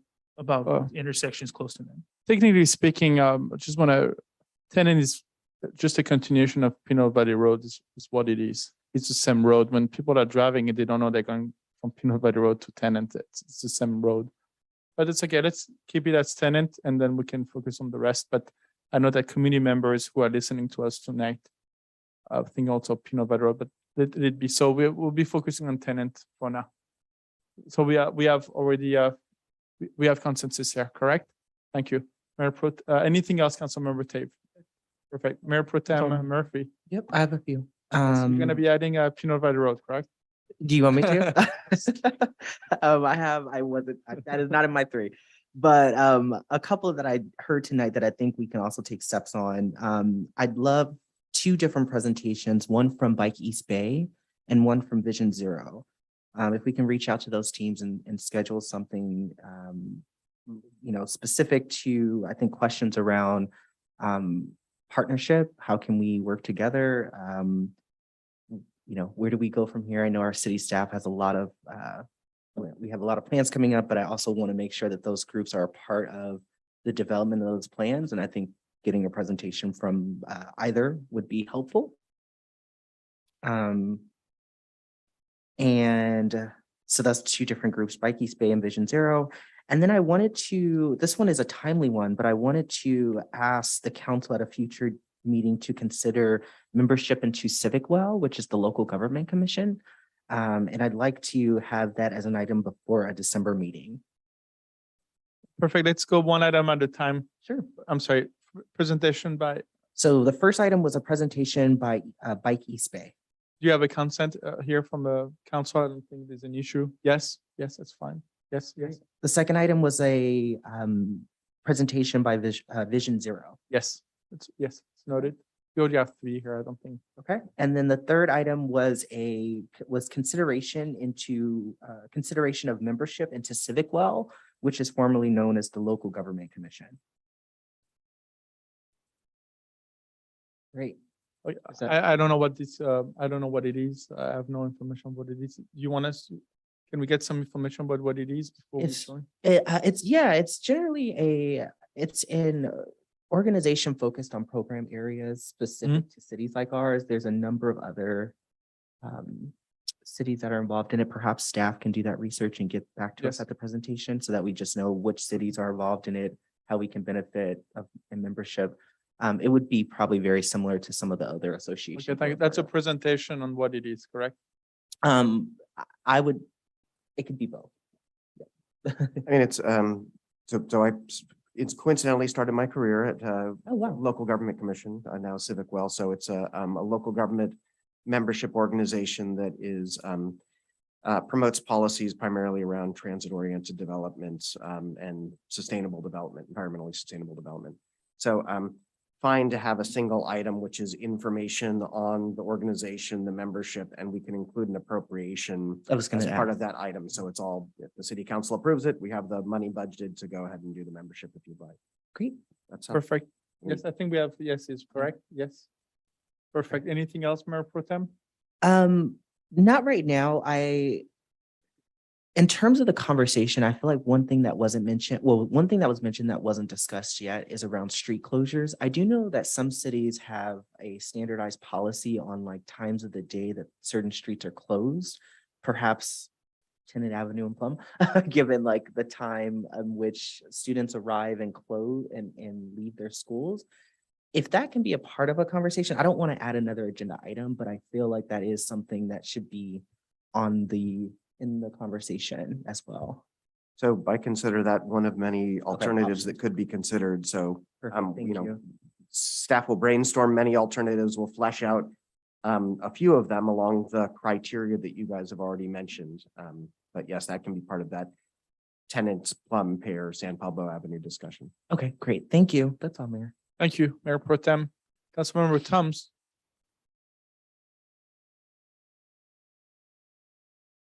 Yes, I'm wondering if we can get a presentation from school district, whether it's our the superintendent or one of the principals of the schools, or our board member. Just as we're, getting into the new school year, it would be good to, coordinate with them and find out what's happening in the schools. And that's all. Yes, on me. Yes, on everybody. Yes, perfect. I think that's for yours is Councilmember Martinez. We're gonna see you having a question. No, yeah, I have a quizzical look because it's a very broad what's happening to schools and there are newsletters that the superintendent sends out to the public to update what's going on. So can we make, are there some particular matters that would be of most relevance? No, we typically have, in the past, we've had regular presentations from representatives from the school district, whether it's to tell us what's happening, with construction programs or sports programs, that sort of thing. So, Okay, thank you. May I suggest something as well then? Because it maybe blend in earlier. I'd requested possible collaboration about funding for SROs. So I would absolutely want that covered by the school district. Those are the kinds of things like, let us know. yes. Thank you.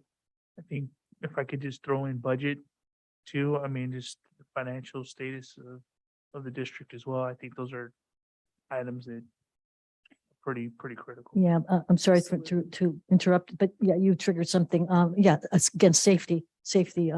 Part of our emails have been about traffic safety around the school, shared responsibility, city and school district to do something about that, given that we heard from so many school parents.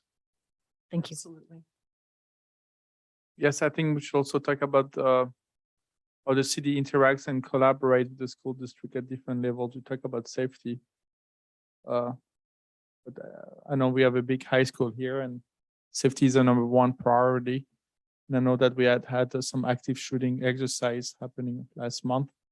And I want to make sure that the school district work with the city in collaborating when we have needs in terms of safety. If that can be added to the presentation that the school district is willing to work with the city in terms of safety when it's needed. Yeah, thank you. Any other items? None? Okay. That concludes item number 7D. Item 7E, city manager report and department staff report. Good evening, sir. Thank you. Good evening. Briefly, want to talk about what's tentatively scheduled for our next council meeting. As you know, our next regularly scheduled council meeting would normally take place on August 16th, but that's been canceled as a summer recess. So our next council meeting will be on September 6th. We are going to have the new sewer system master plan. We're hoping to have on that agenda The approval of contracts to build out the EV chargers at the public safety building, the approval of a contract to construct the crosswalk and signals at Appian Way and Marlesta. The Municipal Code Update Subcommittee has been working on municipal code amendments related to Code of Ethics, so we're expecting to have the first read of that. The police department is going to be presenting information regarding hate crime related issues. We are expecting a presentation of the draft communication engagement plan and also the economic development plan. So those are the items that are tentatively scheduled for the next council meeting. Also wanted to encourage everybody to continue to participate in our music and movies at the park. Those have been very well attended, cooperating weather and great performances. So we've got a couple more coming up for the remainder of the summer.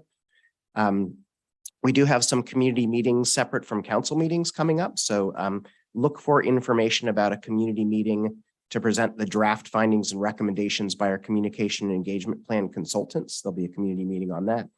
And there's going to be a community engagement process for the visioning process related to Community Corner. So as you know, the city owns Community Corner, the corner lot at San Pablo Avenue in Tenet. The city council approved earlier this year a contract to engage a consulting firm to have a community engagement process to help create a vision for the use and built form of that lot. And so we're going to be kicking off that community engagement process soon. So look for news on that. And that's all I have to report. Thanks. Thank you, Mr. City Manager Murray. Item number 7F, City Attorney Report. Good evening, sir. Good evening, Mr. Mayor. Thank you. Just one point of clarification. We met as the Municipal Code Update Subcommittee yesterday. We did receive direction from the subcommittee to bring the Code of Ethics forward, but that will be in October. So we'll be doing that in October. And this will be an effort to bring a resolution that was approved by the City Council approving the Code of Ethics. We're going to codify that in the municipal code. So it'll be an ordinance that will come forward on a first read in October.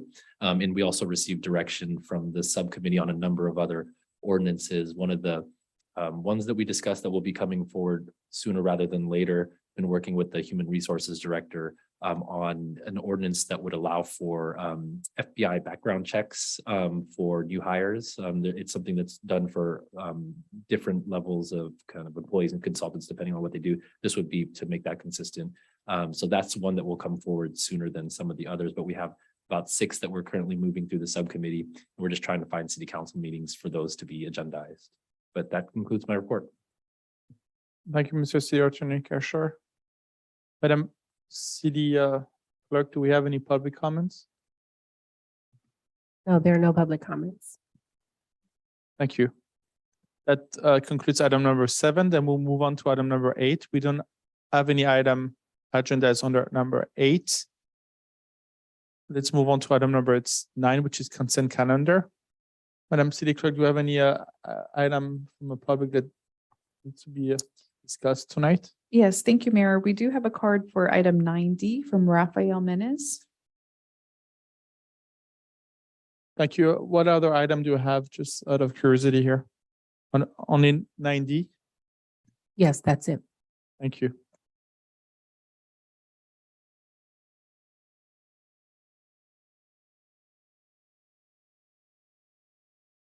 So with regards to 9D, I guess I have a question through the mayor to the city attorney. Is getting a settlement amount of this size in a bankruptcy proceeding typical? I realize that PG&E has access to more resources than some companies in bankruptcy do just because of the various state bailouts. But it seems like if we're making an initial claim of around $1 million and we're ending up with around 1/10 that split between Pinole and Hercules, that seems like a pretty steep difference. So I'd appreciate clarification on that point. Thanks. We'll get back to you, Mr. Menes. Thank you. Any other comments? No more comments. Okay, thank you. Then I will bring it back to City Council to discuss? Do we have any item on that specific agenda that need to be pulled? Councilmember Thomas? No, I'm ready to make a motion to Yes. approve the consent calendar. Let me make sure that we don't have any. Mayor, just a reminder, there's a statement that needs to be read regarding the consent calendar before approval. Thank you for reminding me. I forgot about it. Let me, before I read it, do we have any other comments here from any council members? I don't see any. Okay, Just a question. go ahead, please. Since we're here, is anyone else going to be in attendance at Cal City's annual conference? I know we have this item on item 9E. Or so Mayor, well, I know the two individuals listed here, but Mayor, will you be in attendance? I don't think so. And then Councilmember Taylor? Yeah, I plan on attending. Okay, gotcha. I just didn't know this came up and I just wasn't sure why. I know that last year we had, I think, Mayor Martinez Rubin, you represented us, correct? As mayor? I don't remember. I don't either. That's why I was like, I thought you did, but I just didn't know. I know that I attended and I was on a committee where I stayed until the very end at the General Assembly. That would be it. That would be it? That would Okay, be it. so Yep. then I was- I thought so. Okay. Well, looking forward to seeing you all at Long Beach. Perfect. I don't know yet. I will let you, Madam City Clerk, know what my schedule is. Thank you. Before we move forward, I would like to announce related to item 9G, which is the adoption of a city council resolution to amend the master pay schedule as required by California Public Employees Retirement System, and agenda item 9H, approve an amendment to the employment agreement for the city clerk pursuant to government code section 54953C3. Agenda items 9G and 9H are recommendations to provide the city manager and city clerk with 3% cost of living adjustment in accordance with their employment agreements. These items have no fiscal impact to the general fund, as the cost of living adjustments have already been incorporated into the fiscal year 2022-2023 budget. That concludes my statement. Thank you. Then I'll turn it back to you, City Council Member. I made a motion to approve the consent calendar. Any second? No second. Roll call, please. Councilmember Martinez Rubin. Yes. Councilmember Toms. Yes. Councilmember Tave. Yes. Mayor Pro Tem Murphy. Yes. Mayor Salimi. Yes, Motion carries. Thank you. excellent. That concludes item number 9. Let's move on to item number 10. We don't have any public hearings. Item number 11, no old business. Item number 12, new business. Yes, we do have one tonight, which is 12A. City of Pinole Emergency Operation Plan, and tonight the action will be to receive a report and provide direction. And we have our Fire Chief, Christopher Wincoop, that will be making a presentation. Good evening, sir. Good evening, Mayor and Council. Thank you. Do we have, there we go. Okay. So good evening and thank you, Mayor, City Council, City staff, and Pinole citizens. I'm Fire Chief Chris Wincoop. And first and foremost, I want to echo the condolences expressed by so many tonight to Carol Lujan's family, friends, and the St. Joseph's community. I'm here tonight to present the City of Pinole Emergency Operations Plan draft for council review. The EOP was developed through an extensive research and engagement process led by management partners that began in January of 2021. The 118-page document is the result of a collaborative effort among city management, department heads, and city staff, and is a key component of the City of Pinole's strategic plan. And more specifically, goal number 1 of the plan, which is a safe and resilient Pinole, supported by strategy number 2, which is to update the emergency preparedness and response plan and publish an updated Pinole EOP. This plan is a living document. And what I mean by that is that we have it in both PDF and Word format so that staff can edit and update it as items such as partner agency contacts and things of that nature change. So as council receives this document, we ask that staff be allowed to effect these edits, which do not alter the fundamental plan content, but will be necessary to keep the plan current. Speaking of format, I was informed that I did not format the PowerPoint we're looking at right now properly for sharing via video. So I apologize in advance if the public cannot read the text on the slides so well. But with that said, the slides are simply pages taken from the EOP document itself and intended not so much for the viewers to read the print, but rather as a visual aid as I present a synoptic version of the larger document and its various components, highlights, if you will. So again, if the slides are not readable, I apologize, but all the information that I wanted to share in this presentation can be shared by way of the narrative. But let's go ahead and utilize the PowerPoint for the visual effect we can get out of it as we move along with the presentation. Next slide, please.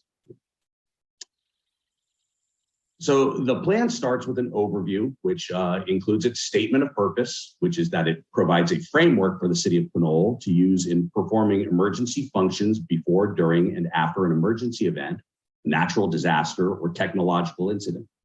And that it supports the National Incident Management System, or NIMS, and the Standardized Emergency Management System, or SEMS. And I'll expand upon that in just a minute. Next slide, please. Here we see a chart which logs the annual plan reviews, revision history, and annual training. Again, stressing that this is a living document and asking council to authorize staff to make these revisions as necessary.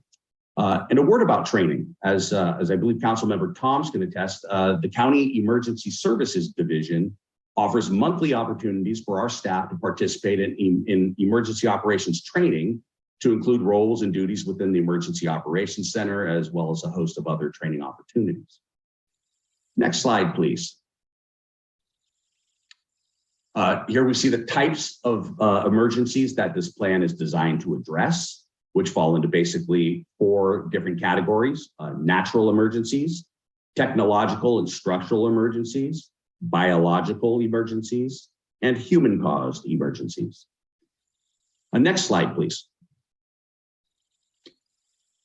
And so here we get into what some might call the heart of the plan, which is operations, organization, and assignment responsibilities to include the Emergency Operations Center, or EOC. Now, some of the concepts in this section of the plan are the aforementioned Standardized Emergency Management System, or SEMS, the National Incident Management System, or NIMS, and the Incident Command System, or ICS. By the way, these are also among the training modules which are available through the County Emergency Services Division. But to give you a brief overview, on this page I've highlighted SEMS, and it provides a fundamental structure for the response phase of emergency management across the state, and I emphasize state. It's required by the California Emergency Services Act to manage multi-agency and multi-jurisdictional responses to emergencies in California. Next slide, please. On this slide, I've highlighted NIMS, which is the National Incident Management System, and I emphasize national. So SEMS and NIMS are very similar, but one is initiated by the state and the other by the federal government. NIMS defines operational systems such as emergency operations centers and the Incident Command System, or ICS. Next slide, please. So on this slide, I've highlighted the Incident Command System, or ICS. ICS provides the standardized or organizational structure and common terminology to give functionality to both SEMS and NIMS. So let me try to make that a little more accessible to everyone by using the flow chart contained within our updated EOP. So if we could go to the next slide, please. The Incident Command System, or ICS, is based on 5 major functional areas: management/command, supported by operations, planning, logistics, and finance/administration. This is the system we use to manage emergency scenes on the ground. So, for example, a typical house fire is managed by the senior officer on scene who serves as the incident commander. The incident commander, in turn, would assign another officer to oversee operations, which in the case of a house fire would be the hose crews putting out the fire. In that example, the planning, logistics, and finance functions need not be filled because of the nature of the incident does not require them. However, if the incident was a large incident, like the current Oak Fire near Yosemite or countless other wildfires which have occurred throughout the state, in addition to incident command and the operations section putting out the fire, forward progress of the fire must be estimated and planned for, and that's the planning section. Specialized equipment must be brought in, and hundreds, if not thousands, of personnel must be fed for weeks. That's the logistics section. And cities, counties, and districts providing personnel and equipment must be reimbursed by state or federal monies. That's the finance section. But the point I'm trying to make, and what this graphic is trying to illustrate, is that the local EOC is set up functionally in the same manner as the incident on the ground, with standardized organizational structure and common terminology to aid that functionality. So that's the purpose of the incident command system. And I just want to interject here for a moment about the emergency operations, or EOC. The primary vehicle through which this emergency operations plan, or EOP, would be implemented is through an emergency operations center, or EOC. And so the primary offspring of this EOP is the development of a dedicated EOC. Staff has already identified the Alex Clark Room in the Public Safety Building as the site of the dedicated EOC. And what I mean by dedicated is something that's already set up with the proper equipment that remains in place. So all we would need to do if we needed to stand up our EOC in an emergency would be to walk in, turn on the lights, and we would be ready to go. So turnkey, if you will. I won't digress into the whole design of the EOC because that would be an entirely different discussion. But suffice it to say, our next step, now that we have an updated EOP, is to outfit the Alex Clark Room as the city's EOC. And we have the money in the fire budget to do this. But back to the plan. Next slide, please. Here we have the different levels of EOC activation, which are full, partial, and monitoring based on complexity, severity, and duration. Next slide, please. So the next several slides touch upon the when, who, and how to activate the EOC and show some very handy charts to assist in making those decisions. So on this page, it answers the question of when to activate this EOC, to which the answer is an event is occurring or may occur within the city of Pinole that will significantly impact the life, health, safety, and/or environment of the community. The Contra Costa County Operational Area EOC requests the city EOC to activate. The governor has proclaimed a state of emergency in an area that includes the city of Pinole, and on the proclamation of a state of war emergency. And I did want to touch upon the point which I highlighted at the very bottom of the page, is that the plan is typically not activated for routine events that police, fire, and city services can manage as part of their day-to-day operations. And I wanted to stress that while some of these routine events may be rather large in scale, they still are in fact routine insofar as we have the resources or could readily access the resources through mutual aid agreements in place to handle the event. So just because there are a lot of police cars and/or fire engines on scene does not necessarily mean the EOC needs to be activated. Next slide, please. The plan goes on to detail who can activate the EOC, which are the city manager, the police chief, the fire chief, the public works director, the community development director, and the city attorney. And it gives a useful algorithm on how to activate. Next slide, please. The algorithm is followed by a series of questions the EOC director can ask him or herself to better understand the emergency, scale, and the type or types of responses required. Next slide, please. Here we have additional easy to use, easy to follow graphics, which give step-by-step instructions on how to activate the EOC. Next slide, please. Here we have a place mark, left a place mark for the illustration of the EOC setup. Again, the primary offspring of the EOP, this plan, will be the establishment of the EOC in the Alex Clark room. Once that is completed, a graphic of the EOC layout will be inserted on this page. Next slide, please. The next two slides illustrate how the plan explains the various EOC incident command functions. Again, command, operations, logistics, and planning are detailed on this page. Next slide, please. With finance and administration detailed on this page. Next slide, please. So here we have the EOC organizational chart laid out by function and role. Next slide, please. And then the same org chart laid out again by which staff member fills each role. Next slide, please. This is the first page of our contact tree of partner agencies. It's the first of, I believe, 6 pages of contacts that make up the contact tree, and I won't bore you with the additional 5 pages.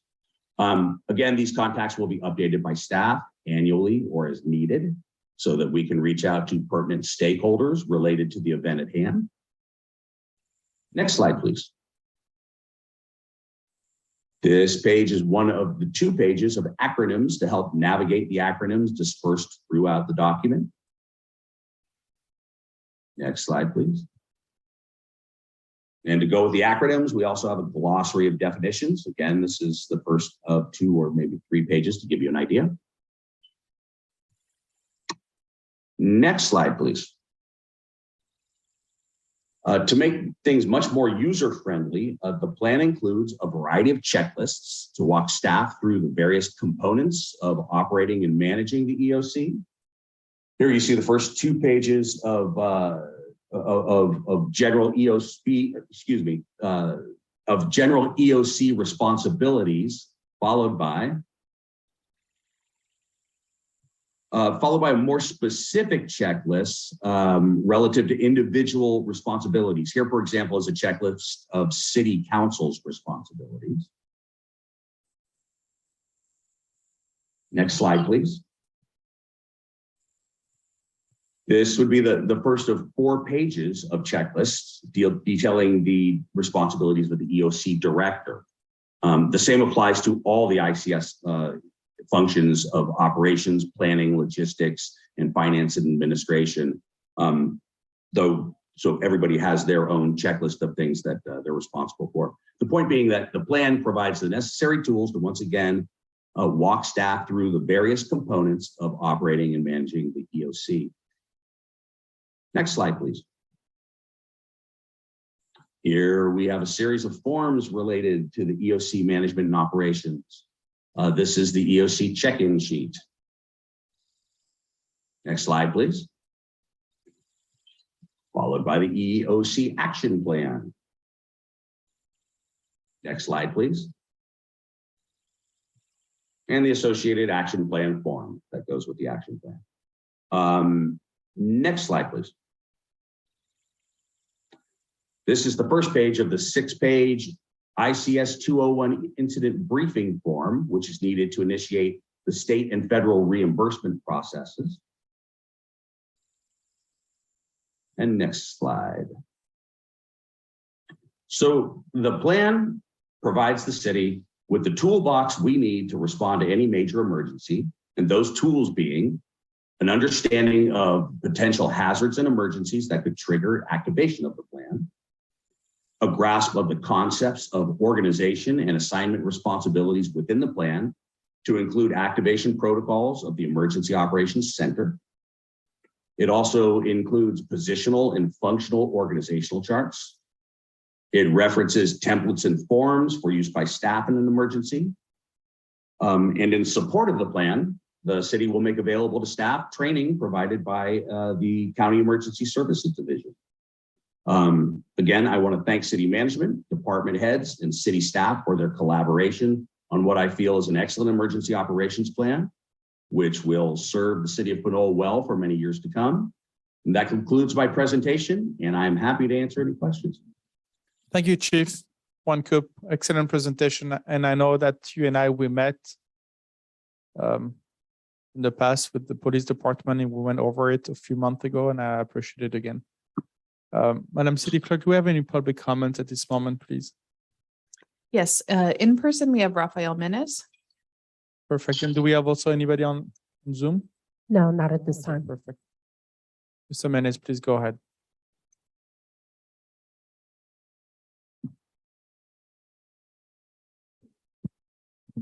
Sure. So first, I'd like to thank staff for creating this plan. It's very detailed and thorough. I have a few questions, though. First off, on page 19, I guess, of the plan, there's the EOC activation levels criteria. And it says that for the partial or moderate level criteria, so preparedness tabletop exercise level. And then above that, there's the full level. So my first question is, in doing trainings of a tabletop exercises, is it never going to test the full level? Because it seems like there might very well be logistical constraints in particular that might come up when you test the full level for the first time that you wouldn't necessarily see if you were having all your tests running at the moderate level.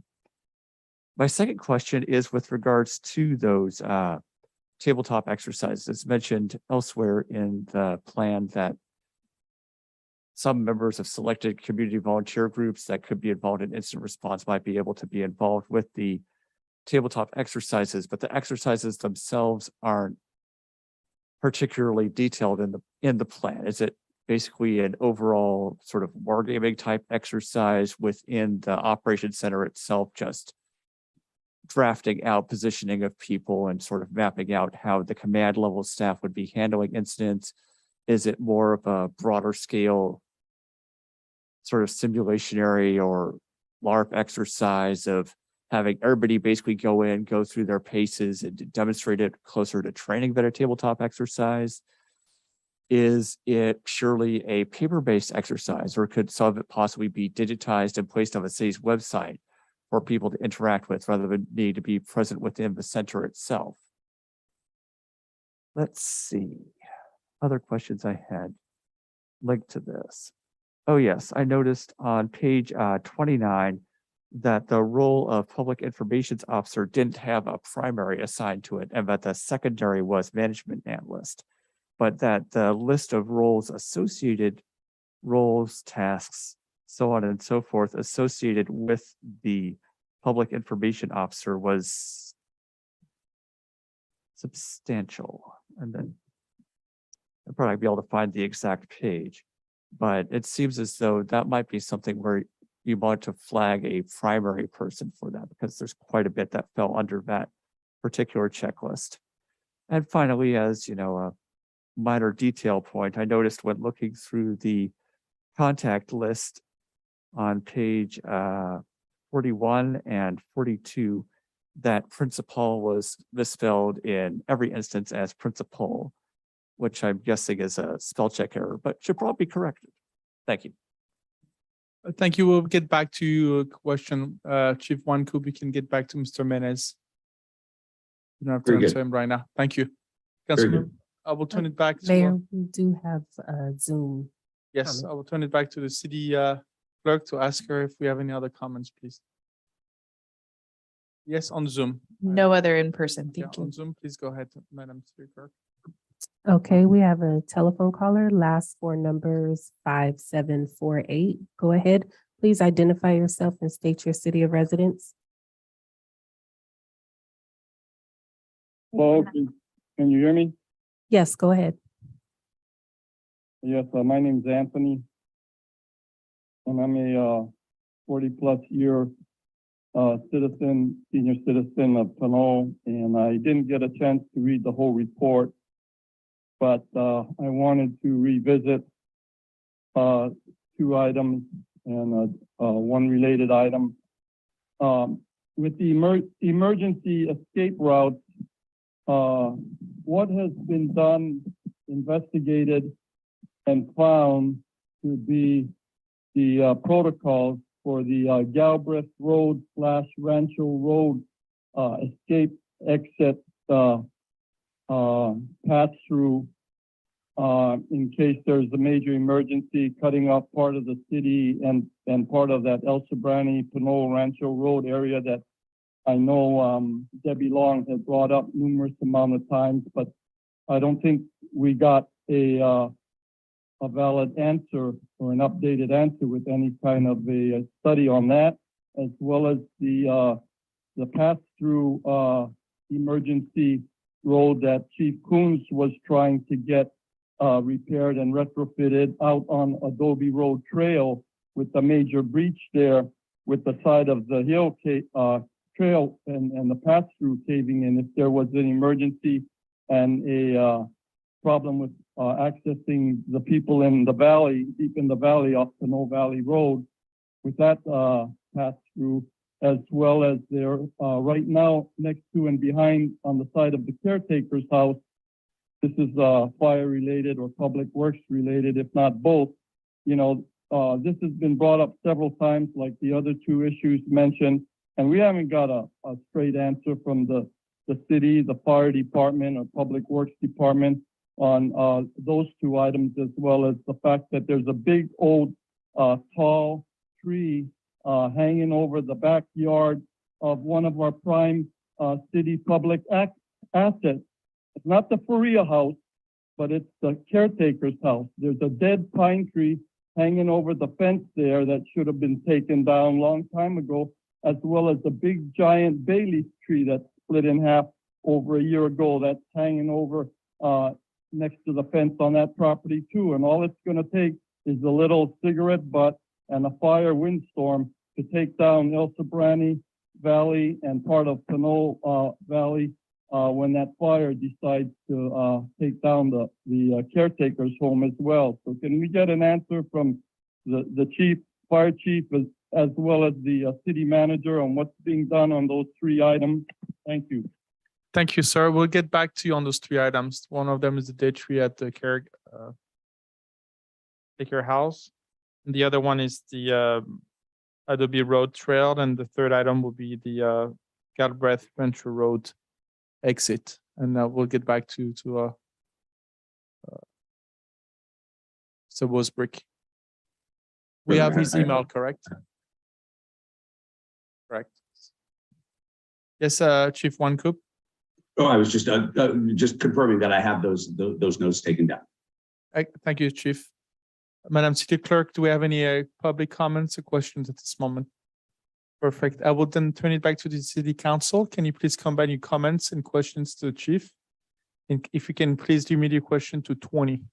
No, I'm sorry. I think 3 will be enough. 3. Councilmember Martinez Ruben, please go ahead. Hello, Chief Weinkoop. Thank you for presenting the plan. Couple of questions. There are several sheets that list emergency response and recovery partner agencies.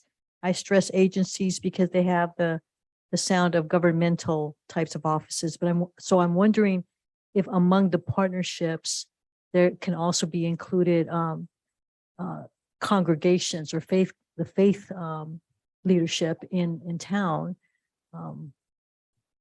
When I think of recovery post-emergencies, I think about a significant and important role that those congregations have, or that the leadership in those congregations offer to a good number of residents in Pinole. And I'm surprised that there is no mention of them at all in this plan. So is it at all possible? I just don't, given all the references that are part of the preparation of the plan, it just boggles me that there would be no mention of the faith communities. So that's, yes, please go ahead. And yeah, point taken, and hence living document. We can make those adjustments by all means. Thank you. And I saw the Bayfront Chamber of Commerce, and I'm thinking that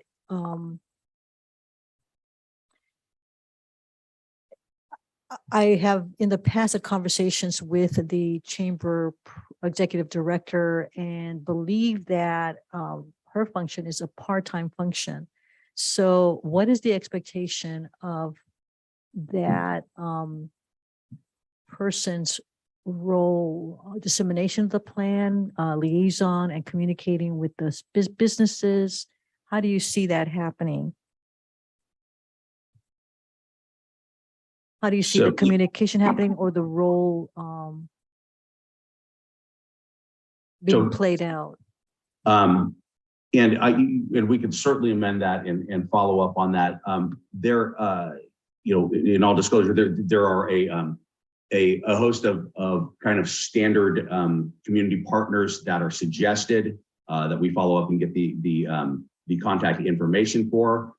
Certainly, we can follow up. I can make sure that we follow up and further define that and once again evaluate whether that is something that needs to stay in the document, and if so, what to define that for you and get back to you on that.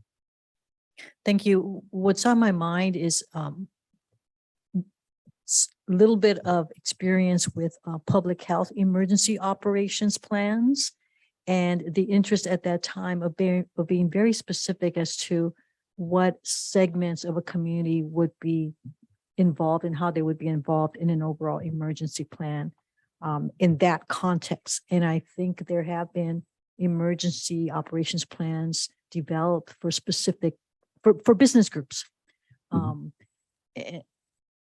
example that I can recall is, power out for whatever reason, and the need to make adjustments to that. And so how would businesses, small businesses, for example, the restaurants, et cetera, that we have in Old Town and otherwise, are they as equipped as we would like them to be? Would they be looking to the city for some guidance? And could we offer that kind of guidance if they are either included in this plan somehow beyond just being made aware that the city has this plan, but encouraging that they also play an active role in anticipating emergencies and having in place their own emergency plan that somehow coincides with what the city would be doing. So that's what I've got in mind, and I'm not sure how you can then take what I just said and have it work with this larger emergency operations plan. But I think the gist of what I just said is about having the small businesses also be actively involved in preparing to coordinate with the city's activities somehow in response to emergencies. Yeah. Duly noted. Thank you.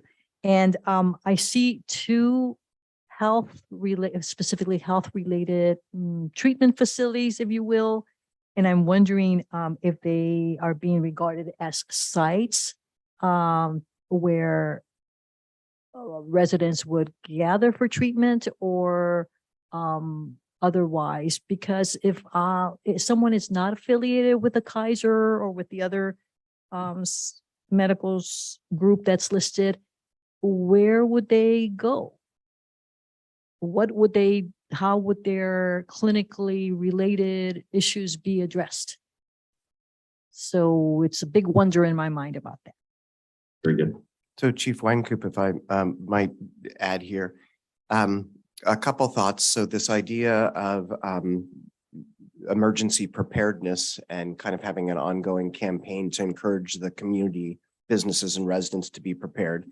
Both Chief Weinkoop and I can look through the document one more time. Chief Weinkoop mentioned, but I don't know, put as fine a point on it as we might want, which is we are aware that there are a couple remaining bits of fine tuning we need to make to this, including the spelling error that the member of the public mentioned, but also updating some of the community contacts. So we are intending to do one more final read through this. And we will look at it with an eye towards making sure that it has sufficient promotion of emergency preparedness among all folks. To touch the way that cities in California and in the United States often work is that they primarily rely on the American Red Cross to handle what we call the care and shelter function of emergency response.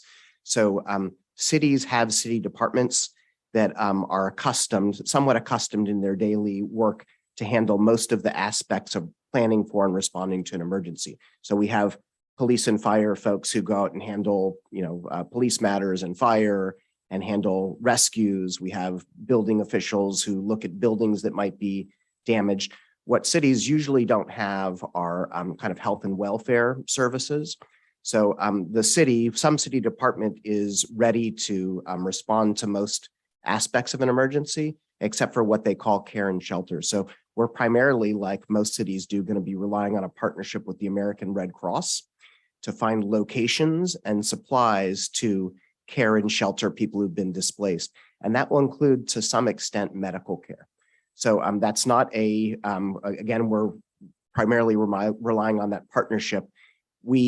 I do expect that we would be encountering the kindness and charity of some of our local religious institutions in responding to an emergency, but that's not a standard part of the plan. So we are going to be relying on the Red Cross primarily, and to the extent that they draw in other community resources to provide locations, to provide food, that's going to be kind of within their portfolio. And that's one of the reasons that we don't have a long list of religious and other community organizations, because that whole umbrella of care and shelter will be coordinated by the American Red Cross. To get to another example of a power outage, we wouldn't consider a power outage that led to the spoilage of, say, inventory at a local store to be an emergency necessarily from the city's perspective. So if there was a power outage and the outcome of that, for instance, was going to be, spoilage of food, we wouldn't necessarily, institute the EOP or activate the EOC. That's on the individual business owners. If there was a risk to life and health, because of a power outage, then that would be something that might, to some degree, the loss of property might trigger it, but not something like losing food. And because we're not intending to rely on those local businesses as a source of supplies, that also doesn't contribute to our emergency response. So just wanted to address that. So we, of course, want all businesses and community members to be well prepared to be self-sufficient as possible during any kind of an emergency. But just because there are some types of disruptions to our normal lives, not all of those would constitute a community emergency. Thank you, City Manager, City Manager, I was going to combine there, City Manager Murray. So then I think what I am also thinking about now is that the expectation that the small businesses, the restaurants, and the faith communities might have, if we don't encourage then that preparation. So to the extent that if we are making the distinction as to what city responds to, let's also be overt about encouraging them to prepare. So, yeah, Absolutely agreed. Yeah, thank you. Thank you, Councilmember Martinez Ruben. Councilmember Tave. It kind of sparked a thought in my mind. And with this plan, if there's a major earthquake, there's also where the ICS or the incident command, they can make those kind of calls, like from the logistics wing, to say we need blankets or so there are those elements.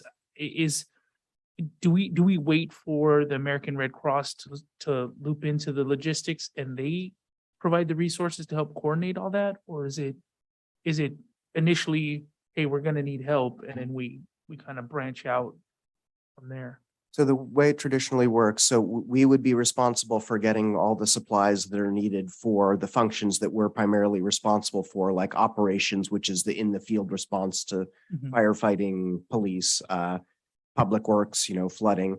But we would be relying on the American Red Cross to do their own sourcing of the materials that they need. They retain stockpiles of supplies for those purposes.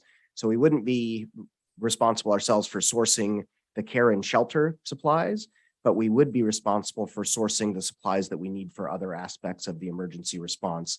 And we would be, so for instance, so let's take a local flooding, God forbid, as an example. We should be developing, as part of an appendix, a roster of local businesses that we should have existing contracts in place with, so that on a moment's notice, we can go in there and get 500 extra sandbags or something, or shovels or vests or safety cones or whatever.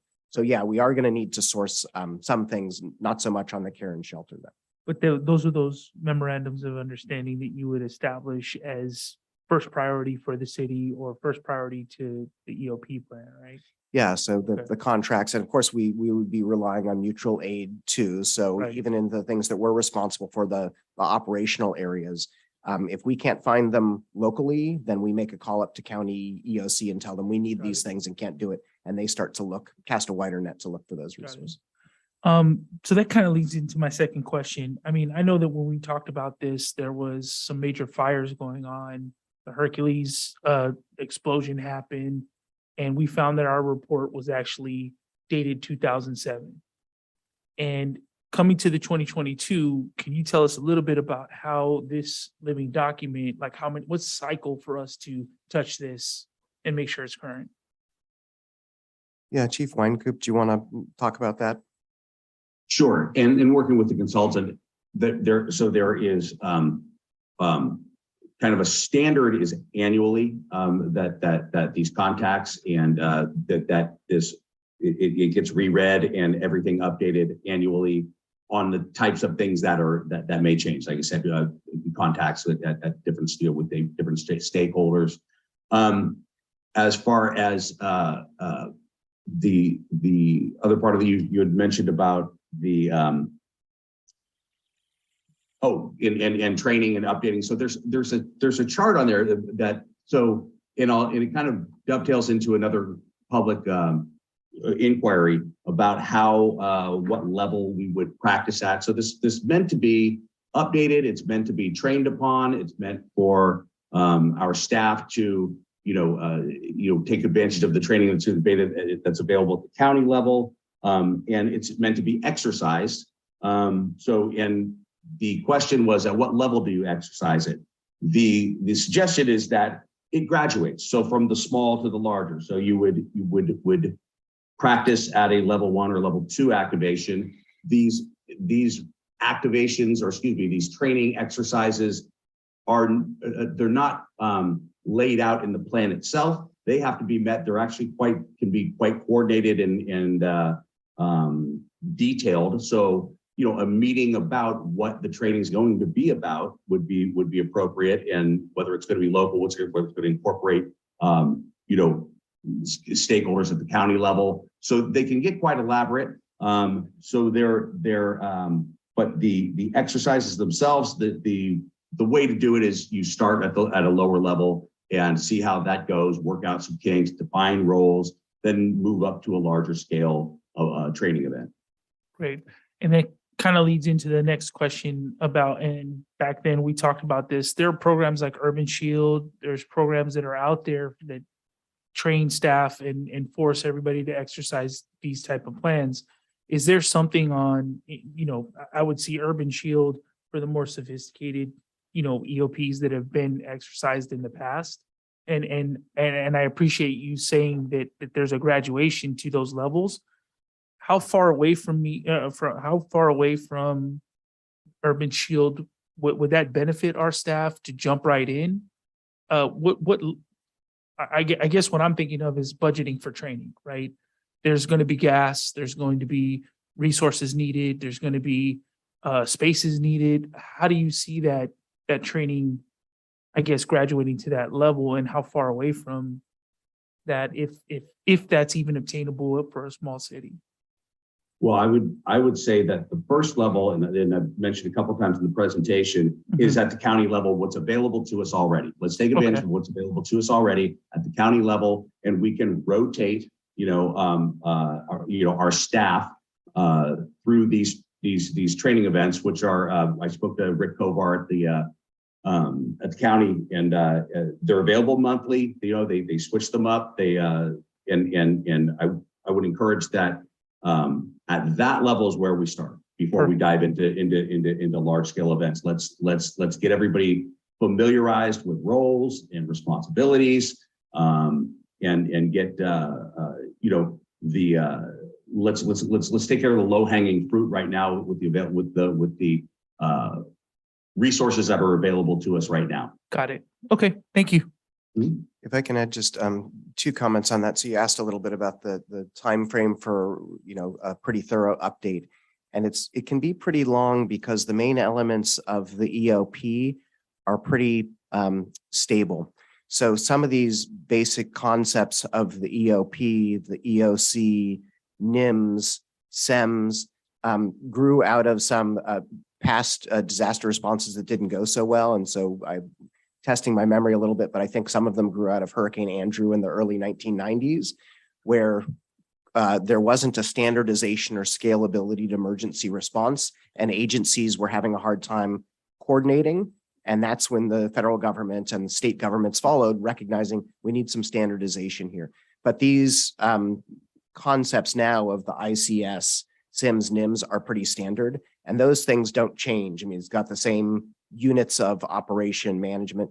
So as Chief Weinkoop mentioned, we need to keep it fresh, particularly the contacts, things like contracts, but the basic structure, actually, although we did a pretty complete refresh, looks pretty similar to the last plan because some of those elements stay the same.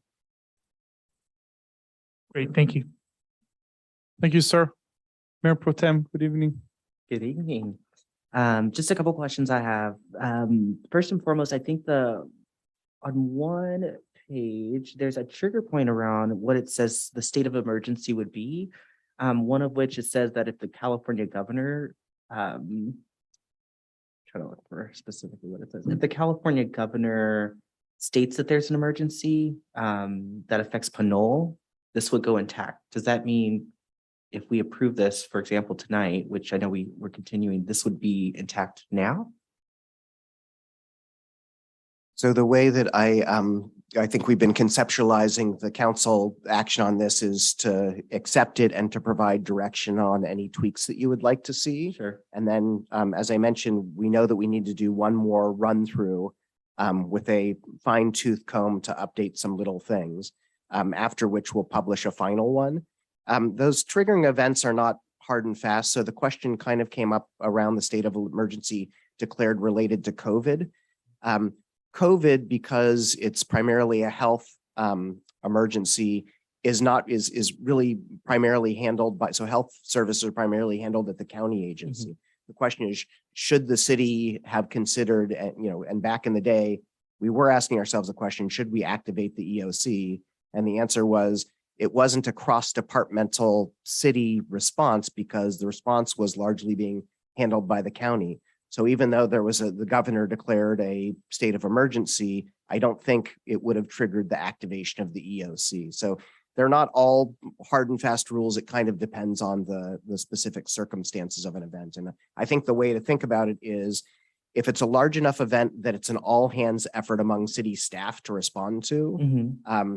And it's cross-departmental, that's when it's, you need the organizational structure of the EOC to respond. Okay. So I think the nuance is probably helpful. For me, it is a little confusing upon reading it. So just some direction. I see, like, for example, on page 125 of 225 of the packet, it says all emergencies are local. That we're using planning assumptions to say all emergencies are local. But what I hear from you is that some emergencies are local, but in a countywide sense, for example, COVID-19. My other thought process is I think California is under at least 3, right? We have monkeypox now as a state of emergency. Drought has been a state of emergency.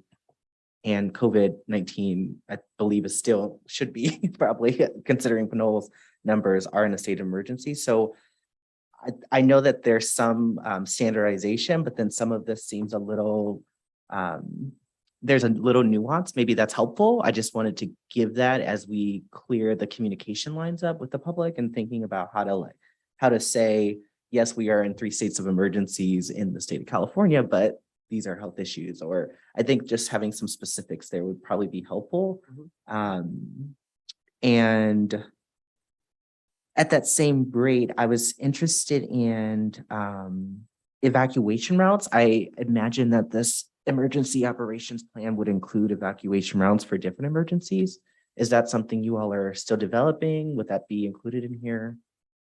So the evacuation routes. So what has happened is we've made a lot of progress with the evacuation. We've moved from a what you would call like a static evacuation plan. That would be, you know, an on-paper plan to a dynamic evacuation plan that's part of the Zone Haven evacuation program that's countywide. That you can, if you went to the community warning system website and you were to go to the toolbar up the top, and you would see know your zone, and you can punch in Pinole, and Pinole's evacuation zones come up on the community warning system site on the county. It's we're divided up into 12 districts. You can you can click on any of the districts, and it'll say right now, because there's no emergency going on, but it would say no current knowledge of active public safety incident affecting your area. So a couple of things is that in working with the consultant, you'll notice it says City of Pinole Emergency Operations Plan, Basic Plan, is that what cities are moving away from are the 300 and 400 and sometimes 500-page documents with all the addenda printed, you know, the flood response plan if you're in a high flood area, the evacuation plan as an addendum of the EOP, especially if you're integrated into so we have, you know, that would be a static plan.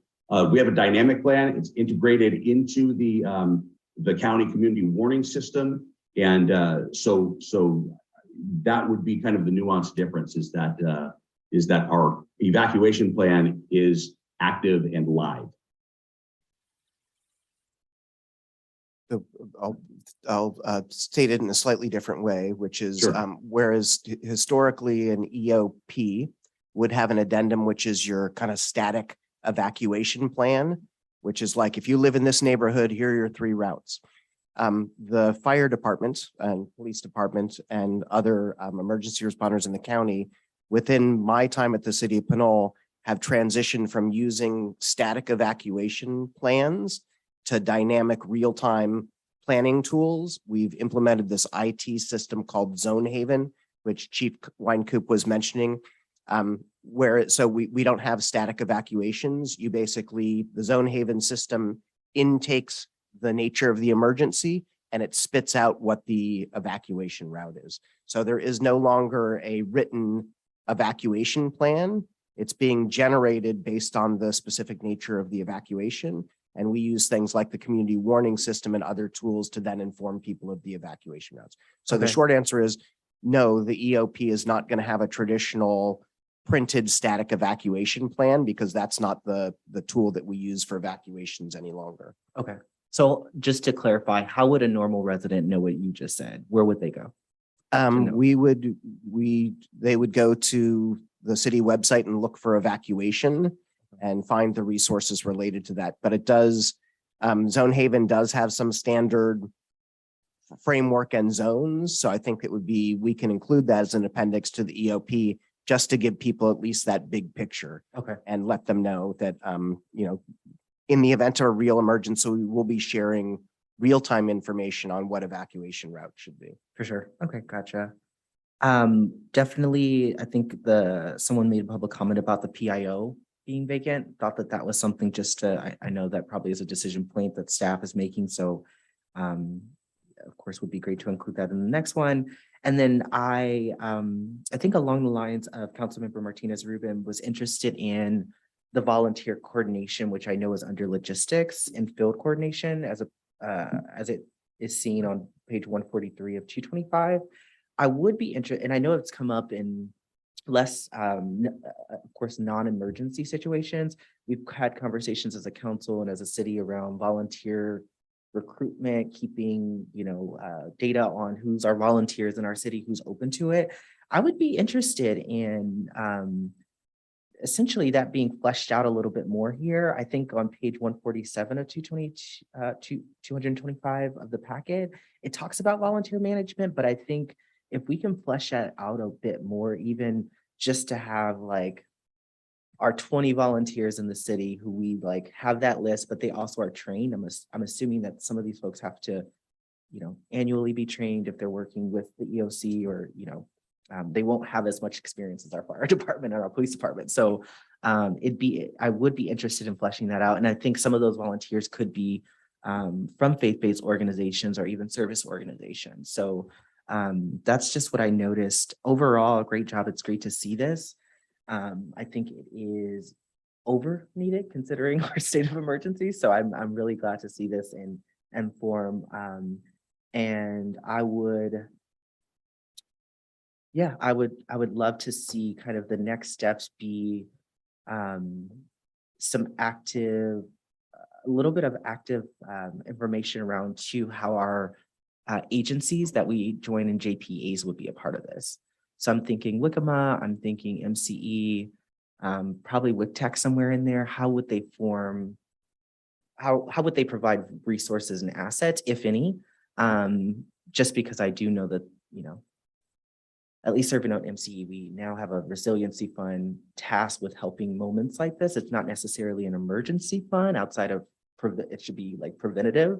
But I'm curious to know how some of our other agencies would be involved in this as well. So if those can they can be reached out to, or perhaps even we as council members may have to go and show this to them and say, hey, how can you help? I think that would be beneficial. Sure. Chief Weinkoop, do you want to talk about the CERT program as kind of our core of volunteers? Sure, and that is now that we have the that will be under the auspices of the newly appointed prevention captain, is to reestablish the CERT program, and that you know, is something that not in the immediate offing, talking about the next several weeks, but in the next several months to revisit that. Also, in the event that the transition, collaboration with Con Fire does take place, as we're hoping it does, that Con Fire also offers CERT training to the community as well. That would be one of the things that they can pick up. Yeah, so for those who aren't familiar with the program, I think it's been a little inactive in Pinole for a while, but there's kind of a standardized program that a lot of cities use, which is CERT, Community Emergency Response Teams. And that's community members who are trained and sometimes provided with supplies to take a role in emergency response. So that would be the group of 20 or hopefully more community volunteers. They might do all sorts of different volunteering things. They might, you know, help direct traffic. They might, there are resources for their own blocks and neighborhoods. So that's the main set of volunteers that the city would be using. The Red Cross and its care and shelter is also another major area where volunteers are used in responding to an emergency. Not so much volunteer use on the front line fire and police responses or public works responses, but yes, we'll take another look at the volunteer section and make sure that connection to CERT and care and shelter is well defined. And who does that training for those volunteers? So the police department, it's actually a strategic plan item. We haven't had an active CERT program for a number of years, and considering reinstituting the CERT program as a strategic plan strategy, Chief Weinkoop decided that it made sense for us to reinstitute that. And so the fire departments, I believe this fiscal year, is going to be rolling out that program, looking for new volunteers and doing the training. And those folks get specialized training. They get training in things like, you know, doing welfare checks on their neighbors during emergencies and things like that. Okay. So I would expect that we'll all be seeing more information on that within the next couple of months. Okay, yeah, it'd be great to get a presentation on that. I mean, I'm thinking a lot about some of the natural disasters we've had in the country and how folks, yeah, I think there's a lot of volunteers that rise in those moments, but someone has to kind of train them and prep them. So thank you, Chief Gang, for that. Looking forward to it. Thank you, Mayor Pro Tem. Councilmember Thomas. Yes, thank you. Thank you, Chief, for the presentation and the plan, and to our city manager.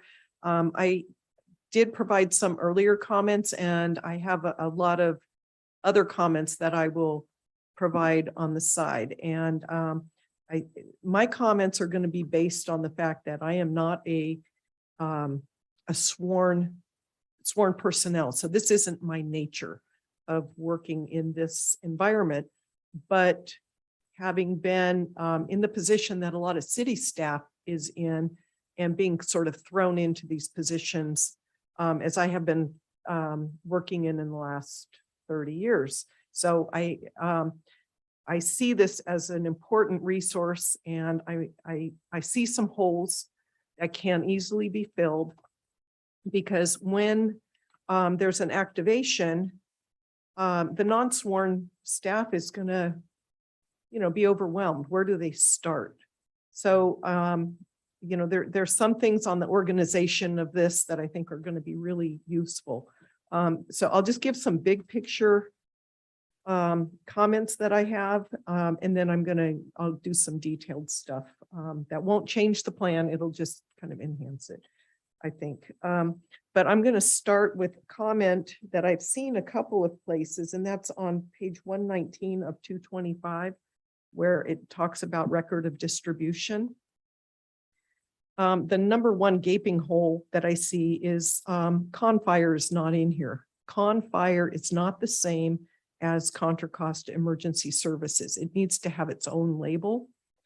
And then also neighboring to the north is Crockett Carquinez Fire Department. That's another one. And then I think you need to have a subcategory of utilities. And, that's going to be your cell operators that you're going to want to discuss whether or not they are feeding their generators so that we can have communication. You're going to want the, the emergency service e-bricks on here as well. You have East Bay Mud. Perhaps there's a place for MCE, even though, it's mainly contract stuff, but, it's more evolving.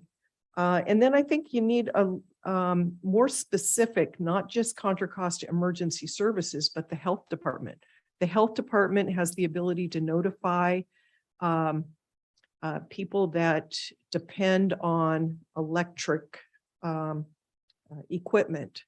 And so they have the ability to go in and contact. So that's an important resource there, as well as hazardous materials and such. Through the county EOC, they work with an organization called BOAD. It's a volunteer organization active in disasters. So that's the group that deals with all of the volunteers. So you don't have individual staff trying to, get somebody who raised their hand and wants to come in and then have to organize that. There's a whole organization there called BOAD that does that. On the next page, there's some discussion about, Rodeo Mac and El Sobrani Mac. And I think that contact really needs to be, that's whatever district supervisor there is. It would be really useful on these lists. If you're going to have a list, include the phone number, dispatch number, and email address, because during an emergency, you're going to be, using up a lot of time searching for that information. So any list, I think, needs to have that initial contact information.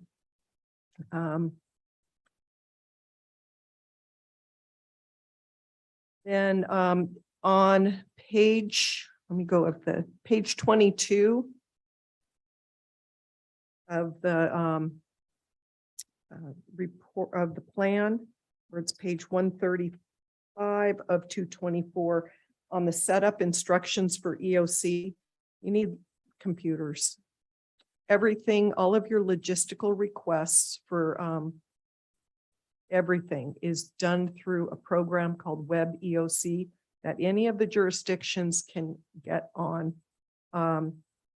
There's training in that, but you need to have computers. You need to have the laptops set up, and then the staff needs to have the sign-ins to get there. For instance, the logistics folks that address the pandemic, they only took requests for like PPA directly through that system. And because that was a multi-million-dollar reimbursement from the federal government, that was the way to track it. So, when we have people training, that's a piece of it that they need to be trained on that. Also, what wasn't mentioned there is backup power. We have had staff at the EOC where during a PSPS where the power went out, and it took a while to get set up. On the next page, they talk about faxing some information. We need to update that. I don't know of anybody who still uses a fax machine. I'm sorry, Andrew. So there was some discussion of PIO. I know at the county level, PIO is its own division. But they do have training. A lot of the department heads have their own PIOs. I'm looking at our Miss Roxanne. She has the talent to be a backup PIO. We have, sorry, I'm giving you a new job here, but anybody who, the PIO is the one who's getting out information, whether it's posting on the website, putting together media information. And I know she's trained for it. I know our city manager can act as that. I know that there's a lot of people that could have that training, and it has existed. They have done training. So I think we should take advantage of that because the PIO plays an incredibly important role in giving out information. The next item is, I'm looking at page 36 of the plan. There's a lot of resources, and if those can be made into hyperlinks, that would save a lot of time during an emergency. And I think that's, other than the web EOC is a tool that's used by emergency folks that are in operations. I think it's used statewide. It connects directly. If the city were on it, it would connect directly to the county EOC and then directly to the region. So that's some, that training is available. I highly recommend that staff who would be responding, go ahead and get their sign-ins. What I have done, and this is just, for staff to mention is, of course, you're only activated very rarely, but you can't ever remember that. And I've made, I have a contact that has the link, and it has sort of how my username is coded and how my password is coded to get in there. I no longer need to rely on that, unfortunately, after COVID.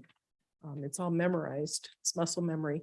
But I really like the fact that there is the plan, but given that non-sworn staff doesn't, it's not muscle memory to staff. And this is going to be a great resource for them in an emergency, and we just need to make the most of it. So I will have some forthcoming specific comments to staff.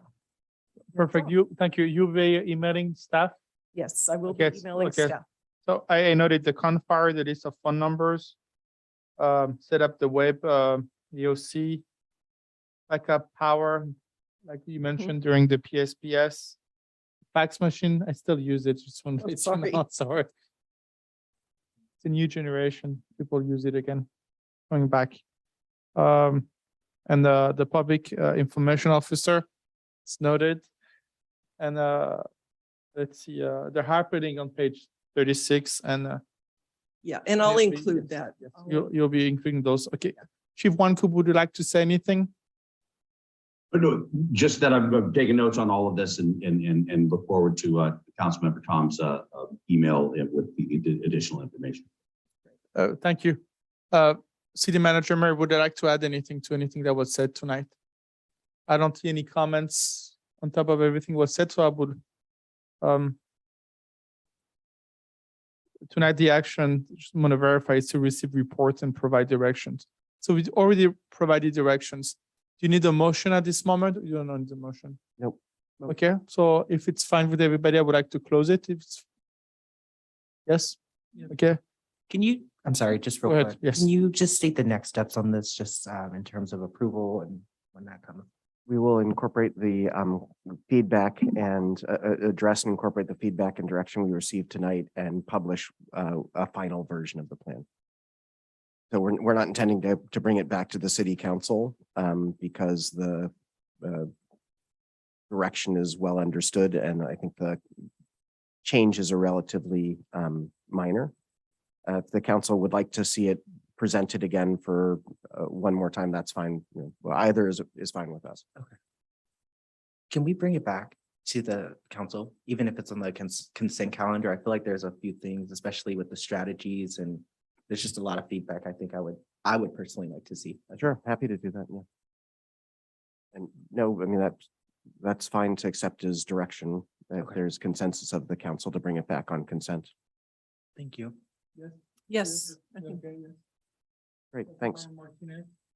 Yes, Yeah, sure. I was distracted. I couldn't help but think about pets.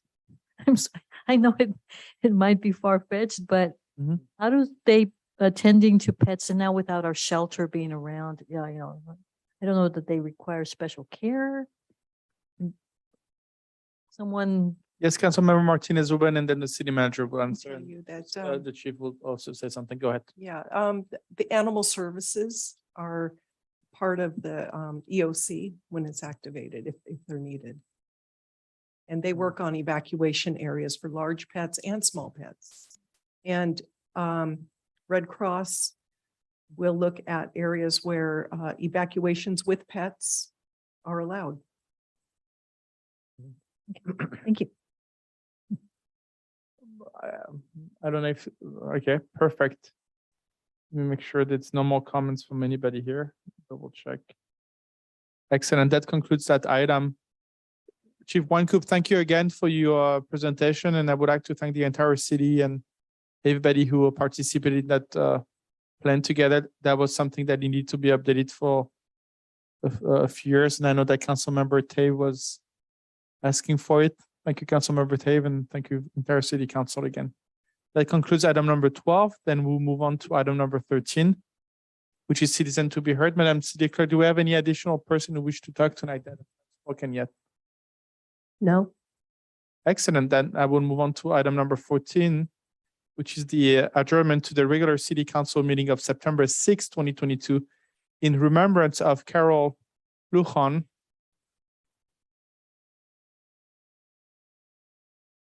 That's great. Mayor, did Yes, you yes, wanna please, start? let's go back to item number, I'm sorry, let's go back to item number 13, which is citizen to be heard. And I would let Mr. Winspels to talk, please. Sir, good evening. Hey, good afternoon, councils and community of Pinole. I just got on, so please forgive me if this has been already brought up, but we had the opportunity as far as firefighters local 1230 to recognize and fire captain from Pinole, Robert Ramos. His name was placed on the wall in the Sacramento Fallen Firefighters Memorial Wall, where he was supposed to be on there a couple of years ago, but based on the fact that we weren't able to get together based on the COVID policies, it was 3 years before we held the event. So in Sacramento, we put 82 names of fallen firefighters in California, and so Robert Ramos, fire captain from Pinole, was placed on the wall. Our tradition is we escort the family. We basically get them down there. We take them to dinner. We do whatever they need, and so Laura did attend. Fire Captain Steve Dorsey was the one to present the flag to her during the ceremony, which was great to have. And then our honor guard participated in the ceremony. If you guys haven't had an opportunity to look at it on the website, it was done very well. In this particular year, we did it in the convention center where we normally do it outside on the lawn. The fallen firefighter wall is on the lawn of the at the state capitol and one at the park. And because of the number of names and the amount of time we had to wait, there's not adequate seating, so we did it in the convention center. Anyway, it was a wonderful event, and super appreciative. And so just, I know you guys are going to adjourn and add names, but to add just at least the comments about Fire Captain Robert Reynolds. So thank you for the time. Thank you, sir, for your comments. I will then move on to item number 13. Mayor, we do have one more hand that just raised. Yes, please go ahead. We have telephone caller, last four numbers 5748. Go ahead, sir. Hello, can you hear me? Yes, go ahead. Yes, this is Anthony calling. I have a couple comments here. Being that the city council and mayor seem to be hopefully on the same page in making our community of Pinole public health and safety a #1 priority. I'm hoping that the outgoing mayor can at least get some of these issues addressed, if not answered, for the general public and some of his other constituents before he leaves. One is, can he give us an active update, a current update on the active shooter incident with the Pinole Valley Bowl parking lot that shot up a bunch of cars and 3 people? And did he in fact ask for a reward? Because they had a big shooting in Oakland over the weekend, and in 2 to 3 days, they've got the Oakland police and or the city of Oakland, if not the county, to chip in $15,000 for reward.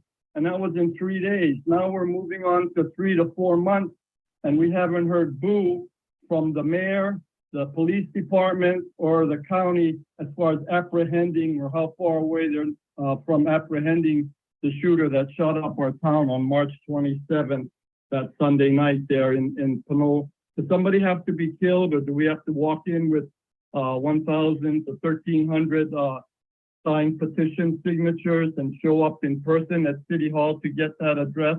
Also, I'd like to ask for the update if we can't use the wastewater treatment plant with Hercules to get a more accurate reading on COVID cases. We don't pride ourselves as being #4 in the county for having over 635 reported cases, but with COVID as well as monkeypox pandemic, state of emergency, we should have a testing program to fully utilize our taxpayer dollars with the wastewater treatment plant, as well as we have 4 or 5 streetlight outages up and down Pinole Valley Road, and it's very dangerous.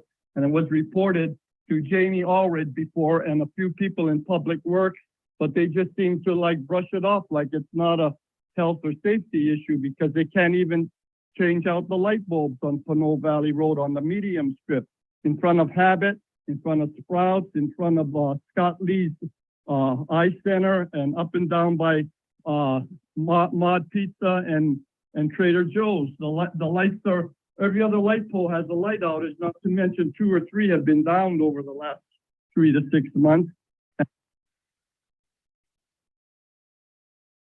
Thank you. If we could get back with those few items at the next city council meeting on September 6th, would appreciate it. Sure. Thank you, Council City Manager Mary. That concludes item number 13, which is citizen to be heard. And I would like then to move on to item number 14, adjournment to the regular city council meeting of September 6, 2022, in remembrance of Carol Lujan, in remembrance of our Captain Ramos, and in remembrance of Amber Schwartz. Thank you very much and have a good evening.